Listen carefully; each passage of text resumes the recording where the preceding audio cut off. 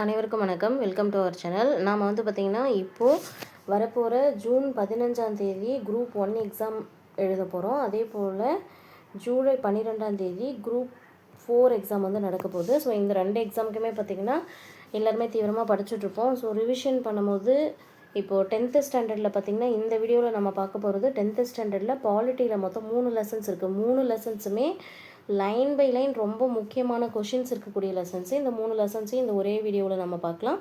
இது ஜஸ்ட் ரிவிஷனுக்காக மட்டும்தான் இருக்கும். கொஞ்சம் ஸ்பீடாக தான் இருக்கும் கிளாஸு. ஃபஸ்ட் லெசனில் இந்திய அரசியலமைப்பு பற்றி மொத்தமாக எல்லாமே கொடுத்துருப்பாங்க. அதில் என்னென்ன இருக்குது அப்படிங்கிறதெல்லாம் ஒன் பை ஒன்னாக பார்க்கலாம். அறிமுகம் அப்படின்னு கொடுத்துருக்காங்க. ஒரு நாட்டுடைய நிர்வாகம் அப்படிங்கிறது அடிப்படை கொள்கைகளை சார்ந்து தான் அமைஞ்சிருக்கும் அப்படின்னு சொல்லியிருக்காங்க. சரியா? ஒரு நாட்டுடைய அடிப்படை நிர்வாகம் அப்படிங்கிறது அடிப்படை கொள்கைகளை சார்ந்து அமைஞ்சிருக்கு அப்படிங்கிறத பிரதிபலிக்கிறதுக்கு தான் அடிப்படை சட்டம் இருக்கும். அதை தான் அரசியலமைப்பு அப்படின்னு நம்ம சொல்லுவோம். ஒரு நாட்டுடைய முன்னேற்றத்திற்கு அச்சாணியாக இருக்கிறது இந்த அரசியலமைப்பு தான். அரசியலமைப்பு அப்படிங்கிற கொள்கை எங்கேருந்து வந்தது அப்படின்னு பார்த்தீங்கன்னா USA, அதாவது அமெரிக்காவிலேருந்து வந்தது. ரொம்ப முக்கியமானது என்ன அப்படின்னு பார்த்தீங்கன்னா அமெரிக்காவிலேருந்து தான் அரசியலமைப்பு கொண்டு வரப்பட்டது. அரசியலமைப்புடைய அவசியம், எதுக்கு அரசியலமைப்பு வேணும் அப்படின்னு பார்க்கும்போது எல்லா மக்களாட்சி நாடுகளுமே அவங்கள நிர்வாகம் செய்கிறதுக்கு அரசியலமைப்பு சட்டம் கொடுத்துருக்காங்க. ஒரு நாட்டுடைய குடிமக்கள் வாழ விரும்பக்கூடிய வகையில் சில அடிப்படை கொள்கைகளை அரசியலமைப்பு வகுத்து தரதுனால தான் அரசியலமைப்பு சட்டம் தேவை. நம்மளுடைய சமூகத்துடைய அடிப்படை தன்மையை அரசியலமைப்பு நமக்கே தெரியப்படுத்தும் அப்படின்னு சொல்கிறாங்க. இதில் பெருசாக கொஷின்ஸ் எதுவும் இருக்காது. இப்போ இந்த பேராகிராஃபை பொறுத்த வரைக்கும் பாருங்கள். இந்திய அரசியலமைப்பு உருவாக்கம் அப்படின்னு எடுத்துக்கும் போது 1946 வருஷம் அமைச்சரவை தூதுக்குழு திட்டத்துக்கு கீழே உருவாக்கப்பட்ட இந்திய அரசியல் நிர்ணய சபையால் தான் அரசியலமைப்பு சட்டமே உருவாக்கப்படுது. இதில் கொஷின் என்ன கேட்பாங்க, எந்த வருஷம் அமைச்சரவை தூதுக்குழு அமைக்கப்பட்டது? 1946. 1946ஆம் ஆண்டு அமைச்சரவை தூதுக்குழுவுடைய திட்டத்தின்படி ஒரு சபை உருவாக்கப்படுது. இந்திய அரசியல் நிர்ணய சபை அப்படின்னு அதுக்கு பேர். அந்த அரசியல் நிர்ணய சபை தான்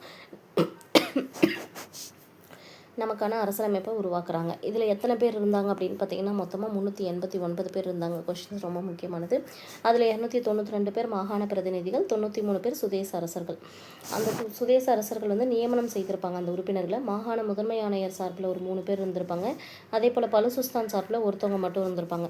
இதில் 1946 அமைச்சரவை தூதுக்குழு திட்டம், அரசியல் நிர்ணய சபை தான் அரசியலமைப்பு சட்டத்தை உருவாக்குது.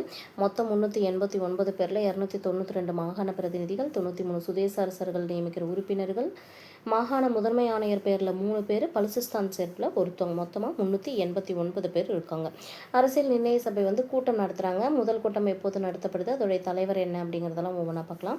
1946 வருஷம் டிசம்பர் 9ஆம் தேதி ஃபஸ்ட்டு ஒரு கூட்டம் நடத்தி அதில் தற்காலிக தலைவராக மூத்த உறுப்பினரான சச்சிதானந்த சின்ஹாவை தேர்ந்தெடுக்கிறாங்க. அரசியலமைப்பு கூட்டத்தொடர் நடந்துகிட்டே இருக்கும்போது அவர் இறந்து போகிறதுனால அடுத்தது ராஜேந்திர பிரசாத்தை நிரந்தர தலைவராக கொண்டு வராங்க. ஸோ இதில் தற்காலிக தலைவர் சச்சிதானந்த சின்ஹா, நிரந்தர தலைவர் ராஜேந்திர பிரசாத். அதுக்கு துணைத் தலைவர்களாக HSC முகர்ஜி, VT கிருஷ்ணமாச்சாரி இருப்பாங்க. துணைத் தலைவர்களாக தேர்ந்தெடுக்கப்பட்டவர் HSC முகர்ஜி, VT கிருஷ்ணமாச்சாரி. இதில் இந்த கூட்டத்தொடர் மொத்தம் 11 அமர்வுகள் 166 நாட்கள் நடைபெறுது. எத்தனை அமர்வுகள் அப்படின்னு தெரிஞ்சுக்கணும், எத்தனை நாட்கள்னு தெரிஞ்சுக்கணும். 11 அமர்வுகள் 166 நாட்கள். இந்த கூட்டத்தப்ப எத்தனை திருத்தங்கள் முன்வைக்கப்படுது? மொத்தம் 2473 திருத்தங்கள். அதில் சில ஏற்றுக்கிறாங்க, சில ஏற்றுக்காமல் போகிறாங்க. அரசியல் நிர்ணய சபை நிறைய குழுக்கள் மூலமாக தான் இந்த அரசியலமைப்பு சட்டத்தை உருவாக்கியிருப்பாங்க. சரியா?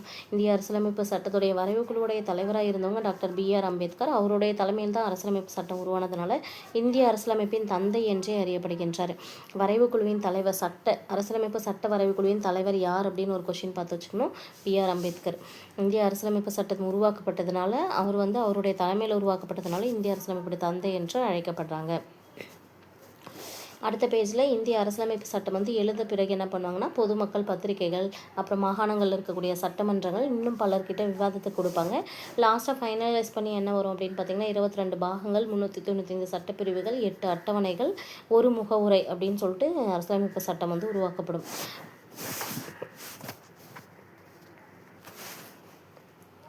ஸோ அரசியலமைப்பு சட்டத்தில் ஃபஸ்ட்டு உருவாக்கும் போது ஒரு முகப்புரை, 22 பாகங்கள், 395 சட்டப்பிரிவுகள், 8 அட்டவணைகள் இருந்தது. இப்போ எத்தனை இருக்குது அப்படிங்கிறத கொஷின்ஸாக கேட்பாங்க. அதையும் பார்த்து வச்சுக்கோங்க. இந்திய அரசியலமைப்பு அப்படிங்கிறது 1949 நவம்பர் 26 ஏற்றுக்கிறாங்க. எப்போ ஏற்றுக்கிறாங்க அப்படிங்கிறதையும் ஒரு கேள்வி கேட்பாங்க. 1949 நவம்பர் 26. எப்போது நடைமுறைக்கு வருதுன்னு ஒரு கொஷின் கேட்பாங்க. 1950 ஜனவரி 26. இதுவுமே முக்கியமான கேள்வி. நடைமுறைக்கு வந்தது 1950 ஜனவரி 26. 1926, ஏற்றுக்கொள்ளப்பட்டது 1949 நவம்பர் 26. நடைமுறைக்கு வந்தனால தான் குடியரசு தினமாக கொண்டாடுறோம். அது மட்டும் இல்லாமல் பிரேம் பெஹாரி நரேன் ரைசடா அப்படிங்கிறவங்க தான் இந்திய அரசியலமைப்பு சட்டத்தை இத்தாலிய பாணியில் அவங்களுடைய கைப்பட எழுதியிருப்பாங்க. எப்படியெல்லாம் கொஷின் கேட்பாங்க, அரசியலமைப்பு சட்டத்தை இத்தாலிய பாணியில் கைப்பட எழுதியவர் யாருன்னு கேட்பாங்க. பிரேம் பெஹாரி நரேன் ரைசடா. இந்திய அரசியலமைப்பு சட்டம் இத்தாலிய பாணியில் எழுதப்பட்டது. இப்போ நம்மளுடைய பாலிட்டி, அதாவது அரசியலமைப்பு சட்டத்துக்குன்னு சில முக்கியமான சிறப்பு கூறுகள் இருக்கும். இந்தியாவுடைய அரசியலமைப்பு தான் உலகத்தில் இருக்கக்கூடிய எழுதின அரசியலமைப்பில் ரொம்ப ரொம்ப நீளமான அரசியலமைப்பு. இது முக்கியமான சிறப்பம்சம் என்னென்னா, பல்வேறு நாடுகளுடைய அரசியலமைப்பிலிருந்து முக்கியமான கருத்துக்கள் எடுத்தள்ளப்பட்டிருக்கு. இது நெகிழாத்தன்மை கொண்டதாகவும் நெகிழும் தன்மை கொண்டதாகவும் இரண்டுமே இருக்கக்கூடியதாக இருக்குது. கூட்டாட்சி முறை அரசாங்கத்தை ஏற்படுத்துது. அதாவது கூட்டாட்சி முறை அப்படிங்கிறது நடுவண் அரசும் மாநில அரசுகளும் கூட்டாக சேர்ந்து ஆட்சி செய்வது. ஸோ நடுவண் மற்றும் மாநில அரசுகள் இருக்கக்கூடிய கூட்டாட்சி முறை அரசாங்கம் ஏற்படுத்துகிறது. இந்தியாவை ஒரு சமய சார்பற்ற நாடாக மாற்றுது. சுதந்திரமான நீதித்துறையை வழங்குது. உலகளவில் வயது வந்தோர் வாக்குரிமையை அறிமுகப்படுத்தினதே நம்ம அரசியலமைப்பில் தான். 18 வயதை நிரம்பிய எல்லாருக்குமே எந்தவித பாகுபாடும் இல்லாமல் வாக்குரிமை வழங்கப்படுது. முகவுரையை பற்றி பார்க்கும்போது, முகவுரை அப்படிங்கிற சொல் அரசியலமைப்பிற்கு அறிமுகம் அல்லது முன்னுரை அப்படின்னு சொல்லுவாங்க. இந்த லெசன்ஸ்லாம் இருக்கக்கூடிய, அதாவது இந்த பாலிட்டியில் இருக்கக்கூடிய ஃபஸ்ட்டு, செகண்ட், தேர்ட் லெசனில் இருக்கக்கூடிய எவ்ரி லைனே கொஷின்ஸாக க்ரியேட் ஆகும். ஸோ வீடியோவை ஸ்கிப் பண்ணாமல் பாருங்கள். முகவுரை அப்படிங்கிற அந்த ப்ரியாம்பலுங்கிற சொல் அரசியலமைப்புடைய அறிமுகம் அல்லது முன்னுரை அப்படின்னு சொல்லுவாங்க. அரசியலமைப்பிற்கே அறிமுகம் அல்லது முன்னுரை முகவுரையாக இருக்குது. இந்திய அரசியலமைப்புடைய அடிப்படை கொள்கைகளையும் நோக்கங்களையும் லட்சியங்களையும் உள்ளடக்கியதாக இந்த முகவுரை இருக்கும். அதில் எதெல்லாம் உள்ளடக்கியது அப்படின்னு பார்க்கும்போது, இந்திய அரசியலமைப்புடைய அடிப்படை கொள்கைகள், நோக்கங்கள், லட்சியங்கள் உள்ளடக்கியதாக இருக்குது. இது பெரும் மதிப்போட அரசியலமைப்பின் திறவுகோல் என்று அழைக்கப்படுகிறது. கொஷின் கேட்பாங்க. அரசியலமைப்பின் திறவுகோல் என்று அழைக்கப்படுவது முகவுரை. முகவுரை அப்படிங்கிறதுக்கு அறிமுகம் முன்னுரைன்னு பேர். இதோடைய கொள்கைகளும் நோக்கங்களும் லட்சியங்களையும் உள்ளடக்கியதாக முகவுரை இருக்குது.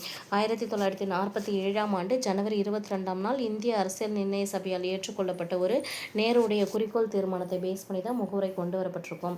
1947 ஜனவரி 22 அதை ஏற்றுக்கப்பாங்க. இந்திய அரசியலமைப்பு நிர்ணய சபை ஏற்றுக்கொள்ளப்பட்ட நாள் தான் 1947 ஜனவரி 22. அது அவர் ஃபஸ்ட்டு அரசியலமைப்பு நிர்ணய சபையில் முன்மொழிந்தது அப்படின்னு ஒரு கொஷின் கேட்பாங்க. டிசம்பர் 13, 1946. இந்த கேள்வி முக்கியமானது. ஜவஹர்லால் நேரு தனது குறிக்கோள் தீர்மானத்தை எப்போது அனௌன்ஸ் பண்ணாங்க அப்படின்னு கேட்டால் டிசம்பர் 13, 1946. ஏற்றுக்கொள்ளப்பட்டது ஜனவரி 22, 1947. அந்த குறிக்கோள் தீர்மானத்தை பேஸாக வச்சுக்கிட்டு தான் இந்திய அரசியலமைப்புக்கு முகவுரை கொண்டு வந்திருப்பாங்க. முகவுரை அப்படிங்கிறது 1976 42வது சட்ட திருத்தத்தின் மூலமாக ஒரே ஒரு முறை திருத்தியிருக்காங்க. அதில் என்ன பண்ணியிருப்பாங்க, திருத்தத்தின்படி சமதர்மம், சமய சார்பின்மை, ஒருமைப்பாடு அப்படின்னு சொல்லிட்டு 3 வேர்ட்ஸ் ஆட் பண்ணியிருப்பாங்க. சமதர்மம், சமய சார்பின்மை, ஒருமைப்பாடு. இந்த 3 வேர்ட்ஸும் 1976 42nd அமெண்ட்மெண்ட் படி ஆட் பண்ணப்பட்டது. சமதர்மம், சமய சார்பின்மை, ஒருமைப்பாடு அப்படிங்கிற 3 வார்த்தையுமே முகவுரையில் சேர்க்கப்பட்டது. முகவுரையில் சேர்க்கப்பட்ட வார்த்தைகள் சமதர்மம், சமய சார்பின்மை, ஒருமைப்பாடு. இந்த 3 புதிய சொற்களும் இந்திய மக்களாகிய நாம் அப்படிங்கிற வார்த்தையோடு தான் அரசியலமைப்புடைய முகவுரை தொடங்கும். இதிலிருந்து என்ன தெரிஞ்சுக்கலாம் அப்படின்னா, இந்திய மக்கள் தான் அரசியலமைப்புக்கே ஆதாரம் அப்படிங்கிறத தெரிஞ்சுக்கலாம். இந்தியா ஒரு இறையாண்மை மிக்க சமதர்ம சமய சார்பற்ற ஜனநாயக குடியரசு அப்படின்னு சொல்லிட்டு அரசியலமைப்புடைய முகவுரையில் குறிப்பிடப்பட்டிருக்கும். இதுவும் கொஷின்ஸ் ஆர்டர் மாற்றாமல் கேட்பாங்க. ஃபஸ்ட்டு என்ன வரும், செகண்ட் என்ன வரும், வேர்ட்ஸோடைய ஆர்டர் கூட மாற்றக்கூடாது. இறையாண்மை, சமதர்மம், சமய சார்பின்மை, ஜனநாயக குடியரசு. இந்திய குடிமக்கள் எல்லாருமே சமூகம், பொருளாதாரம், அரசியல், நீதி அப்படின்னு சொல்லிட்டு அனைத்துலையுமே பாதுகாப்பு கொடுப்பது தான் இதோடைய முக்கியமான நோக்கம். முகவரியுடைய முக்கியமான நோக்கம் அப்படின்னு பார்க்கும்போது, இந்தியாவில் இருக்கக்கூடிய குடிமக்கள் அனைவருக்கும் சமூகம், பொருளாதாரம், அரசியல், நீதி என எல்லாத்துலேயும் பாதுகாப்பு தருவதே முக்கியமான நோக்கம். 1789 பிரெஞ்சு புரட்சி நடந்திருக்கும். அதில் தான் சுதந்திரம், சமத்துவம், சகோதரத்துவம் அப்படிங்கிற வார்த்தைகள் ரொம்பவும் ஃபேமஸான முழக்கங்களாக மாறியிருக்கும். இந்திய அரசியலமைப்பு முகவுரையில் இதற்கு தான் முக்கியத்துவம் கொடுக்கப்பட்டிருக்கு. சுதந்திரம், சமத்துவம், சகோதரத்துவம் அப்படிங்கிற வார்த்தை எப்போது அதிகமாக பயன்படுத்தப்படுதுன்னா 1789 பிரெஞ்சு புரட்சியின் போது. அதிலிருந்து பேஸாக வச்சுக்கிட்டு தான் நம்மளுடைய ஆர்டிக்கலை திருத்த போது 42வது அரசியலமைப்பு சட்ட திருத்தத்தின் மூலமாக சமதர்மம், சமய சார்பின்மை, ஒருமைப்பாடு அப்படிங்கிற வார்த்தைகள் சேர்க்கப்பட்டது. குடியுரிமை அப்படின்னு எடுத்துக்கும் போது சிட்டிசன் அப்படின்னு சொல்லக்கூடிய சொல் சிவிஸ் அப்படிங்கிற லத்தீன் சொல்லிருந்து கொண்டு வராங்க. இதோடைய மீனிங் ஒரு நகரில் வசிக்கிறவங்க, ஒரு நகர அரசில் வசிக்கிறவங்க அப்படிங்கிறது தான் சிட்டிசனுடைய மீனிங். இந்திய அரசியலமைப்பு இந்தியா ஃபுல்லாக ஒரே மாதிரியான ஒற்றை குடியுரிமையை கொடுக்குது. இந்திய அரசியலமைப்புடைய பகுதி 2ல் தான் 5லிருந்து 11 வரைக்கும் இருக்கக்கூடிய ஆர்டிகல்ஸ் இந்த குடியுரிமை பற்றி சொல்கிறாங்க. ஸோ குடியுரிமை அப்படிங்கிறது சிட்டிசன் அப்படின்னு சொல்லக்கூடிய சிவிஸ் அப்படிங்கிற லத்தீன் வார்த்தையிலிருந்து பெறப்பட்டது. இதோடைய பொருள் நகர அரசில் வசிப்பவர். இந்திய அரசியலமைப்பு இந்தியா முழுவதுக்கும் ஒரே மாதிரியான ஒற்றை குடியுரிமை கொடுக்குது. இந்திய அரசியலமைப்பில் எந்த பகுதியில் சொல்லப்பட்டிருக்கு, 2வது பகுதியில் எந்த ஆர்டிக்கல்லன்னா 5லிருந்து 11வது ஆர்டிக்கல். குடியுரிமைக்குன்னு ஒரு சட்டம் கொண்டு வந்தாங்க 1955. அதில் என்ன சொல்லியிருப்பாங்க அப்படின்னா, குடியுரிமை பெறுவது எப்படி, குடியுரிமை இழப்பது எப்படின்னு சொல்லிட்டு திருத்தங்கள் சொல்லியிருப்பாங்க. ஸோ இது வரைக்கும் 9 முறை திருத்தப்பட்டிருக்குன்னு புக்கில் கொடுத்துருக்காங்க. பட் அப்டேட்டடான ஆன்சர் வந்து நம்ம தெரிஞ்சு வச்சுக்கணும்.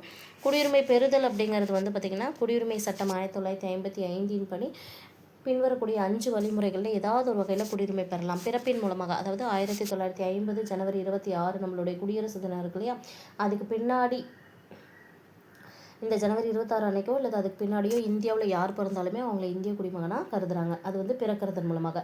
வம்சாவளி அப்படின்னு எடுத்துக்கும் போது 1950ஆம் ஆண்டு ஜனவரி 26 அன்னதுக்கு இல்லைன்னா அதுக்கு பின்னாடி வெளிநாட்டில் யாராவது ஒருத்தவங்க பிறக்கிறாங்க. அவங்க பிறக்கும்போது அவங்களுடைய அப்பா இந்திய குடிமகனாக இருந்தாங்கன்னா அந்த வெளிநாட்டில் பிறந்தவங்க என்னுடைய வம்சாவளி மூலமாக நான் இந்திய குடியுரிமை வாங்குறேன்னு வம்சாவளி மூலமாக வாங்கிக்கலாம். பதிவு செய்வது அப்படின்னு பார்க்கும்போது ஒரு இந்திய குடியுரிமை வேணும் அப்படின்னு சொல்லிட்டு கோரிக்கை வச்சு பொருத்தமான சில அங்கீகாரங்களோட பதிவு செய்தாங்கன்னா இந்திய குடியுரிமை பெற்றுக்கலாம் பதிவு மூலமாக. இயல்புரிமை அப்படின்னா ஒரு வெளிநாட்டில் இருக்காங்க, அவங்க இந்திய அரசுக்கு இயல்புரிமை கோரி விண்ணப்பிக்கணும். அந்த மாதிரி விண்ணப்பிக்கும் போது கொடுக்கறது தான் இயல்புரிமை குடியுரிமை. பிரதேச அல்லது நாடுகள் இணைவு அப்படின்னா ஏதாவது ஒரு பகுதி பிற நாடுகளையோ பிற பகுதிகளையோ இந்தியாவோடு இணைக்கும் போது இந்திய அரசு என்ன பண்ணும் அப்படின்னா இந்திய நாட்டு மக்களோட சேர்த்து அவங்களையும் தன்னுடைய குடிமக்களாக குடியுரிமை கொடுப்பாங்க. இதெல்லாம் குடியுரிமை பெறுவதற்கு. இழப்பதும் 1955 குடியுரிமை சட்டத்தில் சொல்லப்பட்டிருக்கு. தன்னுடைய குடியுரிமையை சட்டத்தின் மூலமாக பெறப்பட்டதாகவோ அரசியலமைப்பின் கீழே முன்னுரிமையால் பெறப்பட்டதாகவோ, அதாவது இதுக்கு சில கண்டிஷன் கொடுத்துருக்காங்க. என்ன அப்படின்னா, ஒருத்தர் இந்திய குடியுரிமை வச்சுருக்காங்க, அந்த குடியுரிமை சட்டத்தின் மூலமாக பெறப்பட்டதாகவோ அரசியலமைப்பின் கீழ் முன்னுரிமை கொண்டு பெறப்பட்டதாகவோ எதுவாக இருந்தாலும் குடியுரிமையை துரத்தல், முடிவுரை செய்தல், இழத்தல் அப்படின்னு சொல்லிட்டு 3 வழியில் அந்த குடியுரிமை இழக்கப்படும். துரத்தல் அப்படின்னா தானாகவே வேண்டான்னு சொல்கிறது. முடிவுரை செய்தல் அப்படின்னா அவர் செய்த வேலையால் அது தானாகவே முடிவுக்கிறது. இழத்தல் அப்படின்னா கொடுக்க மாட்டேன்னு மறுத்து இழக்கிறது. ஒரு குடிமகன் தாமாக முன் தனது குடியுரிமையை துறப்பதே துரத்தல் எனப்படுகிறது. வேறு ஒரு நாட்டில் போய் குடியுரிமை வாங்கும் பட்சத்தில் இந்திய குடியுரிமை முடிவுக்கு வருது. இயல்புரிமையின் மூலமாக குடியுரிமை பெற்ற ஒரு மகனாக இருந்தால் சரியா, இயல்பு குடியுரிமை பெறும் வழி இருக்கு இல்லையா, அந்த வழிமுறை மூலமாக குடியுரிமை பெற்ற ஒரு குடிமகன் மோசடி செய்தாங்க, இல்லைனா குடியுரிமை தவறான வழியில் பெற்றாங்க, பிரதிநிதித்துவம் தவறாக இருக்குது, உண்மையை மறைக்கிறாங்க, இல்லைனா எதிரி நாட்டோட வணிகம் செய்கிறாங்க, 2 வருஷத்துக்கு மேலே சிறை தண்டனை பெற்றிருக்காங்க, இந்த மாதிரி ஏதாவது ஒரு ரீசன்னால நடுவண் அரசு கண்டுபிடிச்சாங்கன்னா அவங்க குற்றம் புரிஞ்சுட்டாங்க, அவங்க தவறானவங்க தான் திருப்திப்படும் பட்சத்தில் நடுவண் அரசு அவங்களுடைய குடியுரிமையை இழக்க செய்கிறாங்க. அடிப்படை உரிமை அப்படின்னு எடுத்துக்கும் போது இந்திய அரசியலமைப்பு சட்ட பகுதி 2 இருக்கு இல்லையா, அந்த பகுதி 2ல் 12லேருந்து 35 வரைக்கும் அடிப்படை உரிமை பற்றி சொல்லியிருப்பாங்க. சட்டப்பிரிவுகள் அடிப்படை உரிமை பற்றி சொல்லும்போது அரசியலமைப்பு உருவாக்கணவங்க இந்த அடிப்படை உரிமைகளை எங்கேருந்து எடுத்துக்கிட்டாங்கன்னு பார்க்கும்போது அமெரிக்காவிலிருந்து தான் எடுத்துக்கிட்டாங்க. சரியா, அடிப்படை உரிமைகள் எங்கேருந்து கொண்டு வரப்படுது, அமெரிக்காவிலிருந்து. அமெரிக்காவின் அடிப்படை உரிமைகளை பின்பற்றி தான் இந்திய அடிப்படை உரிமைகள் கொண்டு வரப்பட்டது. ஃபஸ்ட்டு இந்திய அரசியலமைப்பு எழுதும்போது 7 அடிப்படை உரிமை இருந்தது. ஆனால் இப்போ 6 உரிமைகள் தான் இருக்குது. இந்திய அரசியலமைப்புடைய பகுதி 3ல் தான் அடிப்படை உரிமைகள் சொல்லப்பட்டிருக்கு. ஞாபகம் வச்சுக்கோங்க, அடிப்படை உரிமைகள் எந்த பகுதியில் சொல்லப்பட்டிருக்கு? 3. இந்த பகுதி 3 அது இந்தியாவின் மகா சாசனம் என்று அழைக்கப்படுகிறது. இந்தியாவில் வாழ்கிறாங்க இல்லையா, அந்த ஒவ்வொரு மக்களுமே அடிப்படை உரிமைகள் பொதுவாக தான் இருக்கும். இந்திய குடிமக்களுக்குன்னு சில சிறப்பான அடிப்படை உரிமைகளும் இருக்குது. அடுத்து பார்க்க போகிற ஒரு குறிப்பிட்ட ஆர்டிகல் அரசியலமைப்பிற்கு உட்பட்டு தீர்வு காணும் உரிமை சட்டப்பிரிவு 32 சொல்லப்பட்டிருக்கு. நீதிமன்ற முத்திரையிட்டப்பட்டு நீதிமன்றத்தால் வெளியிடக்கூடிய அந்த கட்டளை அல்லது ஆணைக்கு பேர் நீதி பேரணை அப்படின்னு சொல்லுவாங்க. கட்டளை அப்படின்னா கன்ஃபார்மாக செய்து ஆகணும்னு சொல்லுறது. ஆணைனாலும் அதே மீனிங் தான். நீதிமன்றத்துடைய ஸ்டாம்ப் அதில் இருக்கும், முத்திரையோடு சேர்த்து நீதிமன்றத்தால் வெளியிடக்கூடிய அந்த கட்டளை அல்லது ஆணைக்கு பேர் நீதி பேரணை. இது சில சட்டங்களை நிறைவேற்றாமல் தடை செய்வதற்கு, அதாவது சிலதை செய்ய விடாமல் செய்யறதுக்கும் வெளியிடப்படக்கூடிய ஆணை தான். உச்சநீதிமன்றம் உயர்நீதிமன்றம் ரெண்டுமே எத்தனை வகையான நீதி பேரணை வெளியிடும் அப்படின்னு பார்க்கும்போது 5 வகையான நீதி பேரணைகளை வெளியிடுறாங்க. இந்த மாதிரியான ஆணைகளை வெளியிட்டு மக்களுடைய உரிமையை காப்பாற்றுறதுனால உச்சநீதிமன்றம் என்ன பண்ணுது அப்படின்னா அரசியலமைப்பின் பாதுகாவலன் என்று அழைக்கப்படுகிறது. ஸோ ஆர்டிகல் 32க்கு ஒரு பேர் இருக்குது, என்ன அப்படின்னு பார்த்தீங்கன்னா அரசியலமைப்பின் பாதுகாவலர்னு உச்சநீதிமன்றம் அழைக்கப்படுகிறது. Doctor B.R. அம்பேத்கர் இந்த ஆர்டிகல் 32 மட்டும் என்ன சொல்லுவாங்கன்னா, இந்திய அரசியலமைப்பின் இதயம் மற்றும் ஆன்மா. ஸோ ஒருத்தவங்க இருக்காங்க அப்படின்னா அவங்களுக்கு இதயமும் ஆன்மாவும் இருக்க மாதிரி இந்திய அரசியலமைப்பிற்கு இதயமும் ஆன்மாவாக செயல்படுவது ஆர்டிகல் 32 அரசியலமைப்புக்கு உட்பட்டு தீர்வு காணும் உரிமை தான். 5 வகையான நீதி பேரணைகள் இருக்குன்னு சொன்னோம். ஒவ்வொன்றா பார்க்க போகிறோம். ஆட்கொணர்வு நீதி பேரணை அப்படிங்கிறது ஹேபியஸ் கார்பஸ் அப்படின்னு சொல்லுவாங்க. சட்டத்துக்கு ஆப்போசிட்டாக யாராவது ஒருத்தவங்களை வந்து கைது செய்கிறதுலேருந்து பாதுகாப்பதற்கு தான் இந்த ஆட்கொணர்வு நீதி பேரணை பயன்படும். கட்டளையுறுத்தும் நீதி பேரணை வந்து மேண்டமஸ் என்று அழைக்கப்படுகிறது. மேண்டமஸ் அப்படிங்கிறது யாராவது ஒருத்தவங்க சட்டத்தின் மூலமாக தனக்கு மனு தொடர்பான பணியை சம்மந்தப்பட்ட ஒரு துறையிலிருந்து போயிட்டு செய்ய சொல்லி கொடுக்கறது தான் வந்து கட்டளையுறுத்தும் நீதி பேரணை. தடையுறுத்தும்னா அதிலே தடைன்னு வந்துருச்சு. தனக்கு கீழே இருக்கக்கூடிய கீழ் நீதிமன்றங்களை தன்னுடைய சட்ட எல்லையை தாண்டி செயல்படுத்தக்கூடாது அப்படின்னு தடை செய்யறது தான் தடையுறுத்தும் நீதி பேரணை, ப்ரோஹிபிஷன். ஆவணக்கேற்பு நீதி பேரணை அப்படின்னா செர்ட்ரியோரின்னு சொல்கிறாங்க. உயர் நீதிமன்றம் ஆவணங்களை நியாயமான பரிசீலனைக்கு தனக்கோ அல்லது உரிய அதிகாரிக்கோ அனுப்ப செய்ய கீழ் நீதிமன்றங்களுக்கு கொடுக்கக்கூடிய இதுவுமே பார்த்திங்கன்னா கீழ் நீதிமன்றங்கள் தான். இந்த தடையுறுத்தும் நீதி பேரணையும் ஆவணக்கேற்பு நீதி பேரணையும் கீழ் நீதிமன்றத்துக்கு தான். கீழ் நீதிமன்றத்தில் சட்ட எல்லையை தாண்டி செயல்படுறதை தடுக்கிறது வந்து தடையுறுத்தும். ஆவணக்கேற்பு அப்படிங்கிறது உயர் நீதிமன்றம் ஆவணங்களை நியாயமான பரிசீலனைக்கு தனக்கு இல்லைன்னா பிற அதிகாரிகளுக்கு அனுப்ப சொல்வது, கீழ் நீதிமன்றங்களுக்கு ஆணையிடுவது. தகுதிமுறை வினவும் நீதி பேரணை அப்படிங்கிறது கியூஓ வாரண்டோ அப்படின்னு சொல்லுவாங்க. இந்த பேரணை சட்டத்துக்கு புறம்பா, கியூஓ வாரண்டோ அப்படிங்கிறது சட்டத்துக்கு புறம்பா தகாத முறையில் அரசு அலுவலகத்தை வந்து யாராவது கைப்பற்றுவாங்க இல்லையா, அதை தடை செய்வதற்கு இந்த தகுதிமுறை வினவும் நீதி பேரணை. இப்போது உரிமைகள் அப்படின்னு சொல்லிட்டு நம்ம 6 பார்த்தோம். சமத்துவ உரிமை, சுதந்திர உரிமை, சுரண்டலுக்கு எதிரான உரிமை அப்படின்னு சொல்லிட்டு அந்த மாதிரி பார்ப்போம். 1 by 1 பார்க்கலாம். சமத்துவ உரிமையில் மொத்தம் 14 18 வரைக்கும் 5 ஆர்டிக்கல் இருக்கும். 14 இது ஒவ்வொன்றுமே தனித்தனியாக கொஷின் கேட்டிருக்காங்க. ஆல்ரெடி ப்ரீவியஸ் இயரில் கேட்ட கொஷின்ஸு. சட்டத்தின் முன் அனைவரும் சமம் அப்படிங்கிறது ஆர்டிக்கல் 14. மதம், இனம், சாதி, பாலினம், பிறப்பிடம் இது அடிப்படையில் பாகுபாட்டை தடை செய்வது 15. பொது வேலையில் சமவாய்ப்பு தரது 16. தீண்டாமையை ஒழிக்கிறது 17வது ஆர்டிக்கல். இராணுவம், கல்வி சார்ந்த பட்டங்களை தவிர்த்து மற்ற பட்டங்களை நீக்குவது ஆர்டிகல் 18. அடுத்தது நம்ம பார்க்குறது வந்து சுதந்திர உரிமை. சுதந்திர உரிமையிலே வந்து ஆர்டிகல் 19, 20, 21, 22 வரைக்கும் இருக்குது. அந்த 21ல் 21A இருக்குது. ஆர்டிகல் 19 என்ன இருக்குன்னா, பேச்சுரிமை, கருத்தை தெரிவிக்கும் உரிமை, அமைதியான முறையில் கூடுவதற்கு உரிமை, சங்கங்கள் அமைப்புகள் தொடங்குவதற்கு உரிமை, இந்திய நாட்டுக்குள் எங்கும் வசிப்ப உரிமை, தொழில் செய்யும் உரிமை. மொத்தம் 6 உரிமைகள் இந்த அடிப்படை உரிமைகளில் சுதந்திர உரிமையில் பிரிவு 19 கீழே இருக்குது. 20ல் என்ன சொல்லியிருக்காங்கன்னா, குற்றம் சாட்டப்பட்ட நபர்களுக்கு உரிமை மற்றும் தண்டனையிலிருந்து பாதுகாப்பு பெறும் உரிமை தான் ஆர்டிகல் 20. வாழ்க்கை மற்றும் தனிப்பட்ட சுதந்திரத்துக்கு பாதுகாப்பு தருவது 21. தொடக்க கல்வி பெறக்கூடிய உரிமை சொல்கிற ஆர்டிகல் 21A. சில வழக்குகளில் கைது செய்து தடுப்பு காவலில் வைக்கிறாங்க இல்லையா, அதுக்கு எதிரான பாதுகாப்பு தர்றது ஆர்டிகல் 22. சில வழக்குகளில் கைது செய்து அதற்கு எதிரான தடுப்பு காப்பலில் வைக்கிறதுக்கு எதிராக பாதுகாப்பதே ஆர்டிகல் 22. அடுத்தது சுரண்டலுக்கு எதிரான உரிமையில் 2 இருக்கும். பிரிவு 23ல் கட்டாயமான வேலை, கொத்துரிமை முறை, மனிதத்தன்மை இல்லாத வியாபாரம் இதெல்லாம் தடுக்கப்படுகிறது. கட்டாய வேலை செய்வது, கொத்துரிமை முறை, மனிதத்தன்மையற்ற வியாபாரம் அனைத்தும் தடுக்கப்படுகிறது. ஆர்டிகல் 23ல் சொல்லியிருக்காங்க. தொழிற்சாலைகள் மற்றும் ஆபத்தான இடங்களில் குழந்தை தொழிலாளர்கள் முறையை தடை செய்வது, தொழிற்சாலை பகுதிகளாக இருந்தாலும் சரி, ஆபத்தான வேலை இருக்கக்கூடிய இடங்களாக சரி, குழந்தை தொழிலாளர் முறையை தடுக்கிறது பிரிவு 24. அடுத்தது 25லிருந்து 28 வரைக்கும் இருக்கிறது சமய சார்பு உரிமைன்னு சொல்லலாம், இல்லைனா சமய சுதந்திர உரிமைன்னு சொல்லலாம். சமய சார்பு உரிமையில் ஆர்டிகல் 25ல் எந்த ஒரு சமயத்தையும் ஏற்றுக்கொள்ளலாம், பின்பற்றலாம், பரப்பலாம்னு சொல்கிறாங்க. எந்த ஒரு சமயத்தையும் ஏற்றுக்கொள்ளலாம், பின்பற்றலாம், பரப்பலாம் ஆர்டிகல் 25. சமய விவகாரங்களை நிர்வாகம் செய்வது 26. எந்த மதத்தையும் பரப்புவதற்கு வரி செலுத்த தேவையில்லைன்னு சொல்கிறது 27வது ஆர்டிகல். மதம் சார்ந்த கல்வி நிறுவனங்களாக இருந்தால் அவங்களில் நடக்கக்கூடிய அந்த வழிபாடையும் அறிவுரை நிகழ்ச்சிகளையும் கலந்து கொள்ளாமல் இருக்கிறதுக்கான உரிமை 28. 29, 30 சிறுபான்மையினருக்கானது. கல்வி கலாச்சார உரிமையில் வரக்கூடியது. 29ல் சிறுபான்மையினராக இருக்கிறவங்களே எழுத்து, மொழி மற்றும் கலாச்சாரம், அவங்களுடைய எழுத்துக்களையும் மொழிகளையும் கலாச்சாரத்தையும் பாதுகாப்பது பிரிவு 29. சிறுபான்மையினருடைய கல்வி நிறுவனங்களை நிறுவி நிர்வகிக்கக்கூடிய உரிமை பிரிவு 30ல் வருது. 29, 30 ரெண்டுமே சிறுபான்மையினருக்கானது. 31வது வந்து பார்த்திங்கன்னா 6வது அடிப்படை உரிமையாக இருந்தது. அது 78வது சட்ட திருத்தம் மூலமாக 1948ல் 300A ஆர்டிக்கலில் ஒரு வெறும் சட்ட உரிமையாக வச்சுருக்காங்க. அடிப்படை உரிமையிலேருந்து நீக்கிட்டு அடிப்படை அரசியலமைப்புக்கு உட்பட்டு தீர்வு காணும் உரிமை வந்து ஆர்டிகல் 32ல் சொல்லப்பட்டிருக்கு. ஆர்டிகல் 32 தான் என்ன சொல்லியிருப்பாங்க அப்படின்னா, B.R. அம்பேத்கர் அவர்கள் அரசியலமைப்பின் இதயம் மற்றும் ஆன்மான்னு அழைக்கப்பட்டதாக சொல்லியிருப்பாங்க. ஆர்டிகல் 32ல் தனிப்பட்டவருடைய அடிப்படை உரிமைகள் யாருக்காவது பாதிக்க போச்சு அப்படின்னா அவங்க நீதிமன்றத்தில் போயிட்டு அவங்களுடைய உரிமையை வந்து நிலைநாட்டிக்கலாம். அடிப்படை உரிமைகளை வந்து நிறுத்தி வைக்க முடியுமா அப்படிங்கிறத பார்க்கும்போது இந்திய அரசியலமைப்பு சட்டப்பிரிவு 352 கீழே குடியரசுத் தலைவர் வந்து அவசர நிலையை அறிவிப்பாங்க. இது வந்து பார்த்திங்கன்னா இந்த ஆர்டிகல் தேசிய அவசர நிலை. இந்திய அரசியலமைப்பு சட்டப்பிரிவு 19 கீழே உத்தரவாதம் தரப்பட்டிருக்கிற அந்த அனைத்து சுதந்திரங்களும் தாமாகவே நிறுத்தப்படும். அவசர நிலையின் பொழுது தாமாகவே நிறுத்தப்படும் ஆர்டிகல் எதுன்னு பார்க்கும்போது 19. 20 21 பார்த்திங்கன்னா குறிப்பிட்ட ஆணைகளை பிறப்பிக்கிறதன் மூலமாக அவர் என்ன பண்ணலாம் அப்படின்னா தடை செய்யலாம். நிறுத்தி வைக்க முடியாதது 20 21, தானாகவே தடை செய்யப்படுவது 19.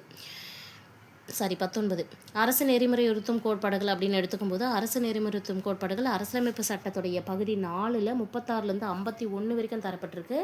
இதில் அரசியலமைப்பு சட்டம் அப்படிங்கிறது வழிகாட்டு நெறிமுறைகள் இருக்கு இல்லையா, அதுக்கு தனியாக எந்த வகையான வகைப்பாடும் இருக்காது. பொருளடக்கம் வழிகாட்டுதல் அடிப்படையில் 3 பிரிவுகளாக பிரிக்கிறாங்க. சமதர்மம், காந்தியம் மற்றும் தாராள அறிவு சார்ந்தவை அப்படின்னு சொல்லிட்டு 3ஆக பிரிக்கப்படுகிறது. சமதர்மம், காந்தியம், தாராள அறிவு சார்ந்தவை. இந்த கொள்கைகள் எல்லாம் நீதிமன்றத்தால் வலுக்கட்டாயமாக செயல்படுத்த முடியுமா அப்படின்னு பார்க்கும்போது இந்த சமதர்ம கொள்கையோ அல்லது காந்திய கொள்கையோ தாராள அறிவு சார்ந்த கொள்கையோ வலுக்கட்டாயமாக நீதிமன்றத்தால் செயல்படுத்த முடியாது. ஒரு நாட்டுடைய அவசியமானதுன்னு சொல்கிறாங்க. சமுதாய நலனை மக்களுக்கு தருவது தான் இதோடைய நோக்கம். சமுதாய நலனை மக்களுக்கு கொடுக்கறது தான் இதோட முக்கியமான நோக்கம். இந்திய அரசியலமைப்புடைய புதுமையான சிறப்பம்சம் என்று டாக்டர் B.R. அம்பேத்கர் சொல்கிறது இதை தான். எதை அப்படின்னு பார்த்தீங்கன்னா DPSPன்னு சொல்லக்கூடிய அரசியலமைப்பு வழிகாட்டு நெறிமுறை கோட்பாடுகளை இந்திய அரசியலமைப்புடைய புதுமையான சிறப்பம்சம் என்று டாக்டர் B.R. அம்பேத்கர் சொல்கிறாங்க. இந்த அடிப்படை உரிமைகளுக்கும் அரசு நெறிமுறை கோட்பாடுகளுக்கும் என்ன டிஃப்ரென்ஸ் இருக்குது அப்படின்னு பார்க்கும்போது அடிப்படை உரிமைகளை பொறுத்த வரைக்கும் USA அதாவது அமெரிக்க நாட்டிலிருந்து கொண்டு வரப்பட்டது. DPSP அப்படிங்கிறது பார்த்திங்கன்னா அயர்லாந்து நாட்டிலிருந்து கொண்டு வரப்பட்டது. அரசாங்கத்தால் இந்த அடிப்படை உரிமைகளை வந்து சுருக்கவோ நீக்கவோ முடியுமா அப்படின்னா முடியாது. இது வந்து அரசுக்கு வெறும் அறிவுறுத்தல்கள் தானே தவிர கட்டாயம் கிடையாது. இவற்றை நீதிமன்ற சட்டத்தால் செயல்படுத்த முடியும். எது அப்படின்னு பார்த்தீங்கன்னா அடிப்படை உரிமைகளை நீதிமன்ற சட்டத்தால் செயல்படுத்த முடியும். எந்த நீதிமன்றமும் இதை கட்டாயப்படுத்தி DPSPயை செய்ய வைக்க முடியாது. இலவச சட்ட ஒப்புதலை பெறக்கூடியது தான் இந்த அடிப்படை உரிமைகள். தார்மீக மற்றும் அரசியல் ஒப்புதலை பெறுவதே வந்து அரசு நெறிமுறை கோட்பாடுகள், அரசுக்கு வழிகாட்டும் நெறிமுறை கோட்பாடுகள். அடிப்படை உரிமைகள் அப்படிங்கிறது சட்ட ஒப்புதலை பெற்றவை. DPSP அப்படிங்கிறது தார்மீக மற்றும் அரசியல் ஒப்புதலை பெற்றதாக இருக்கும்.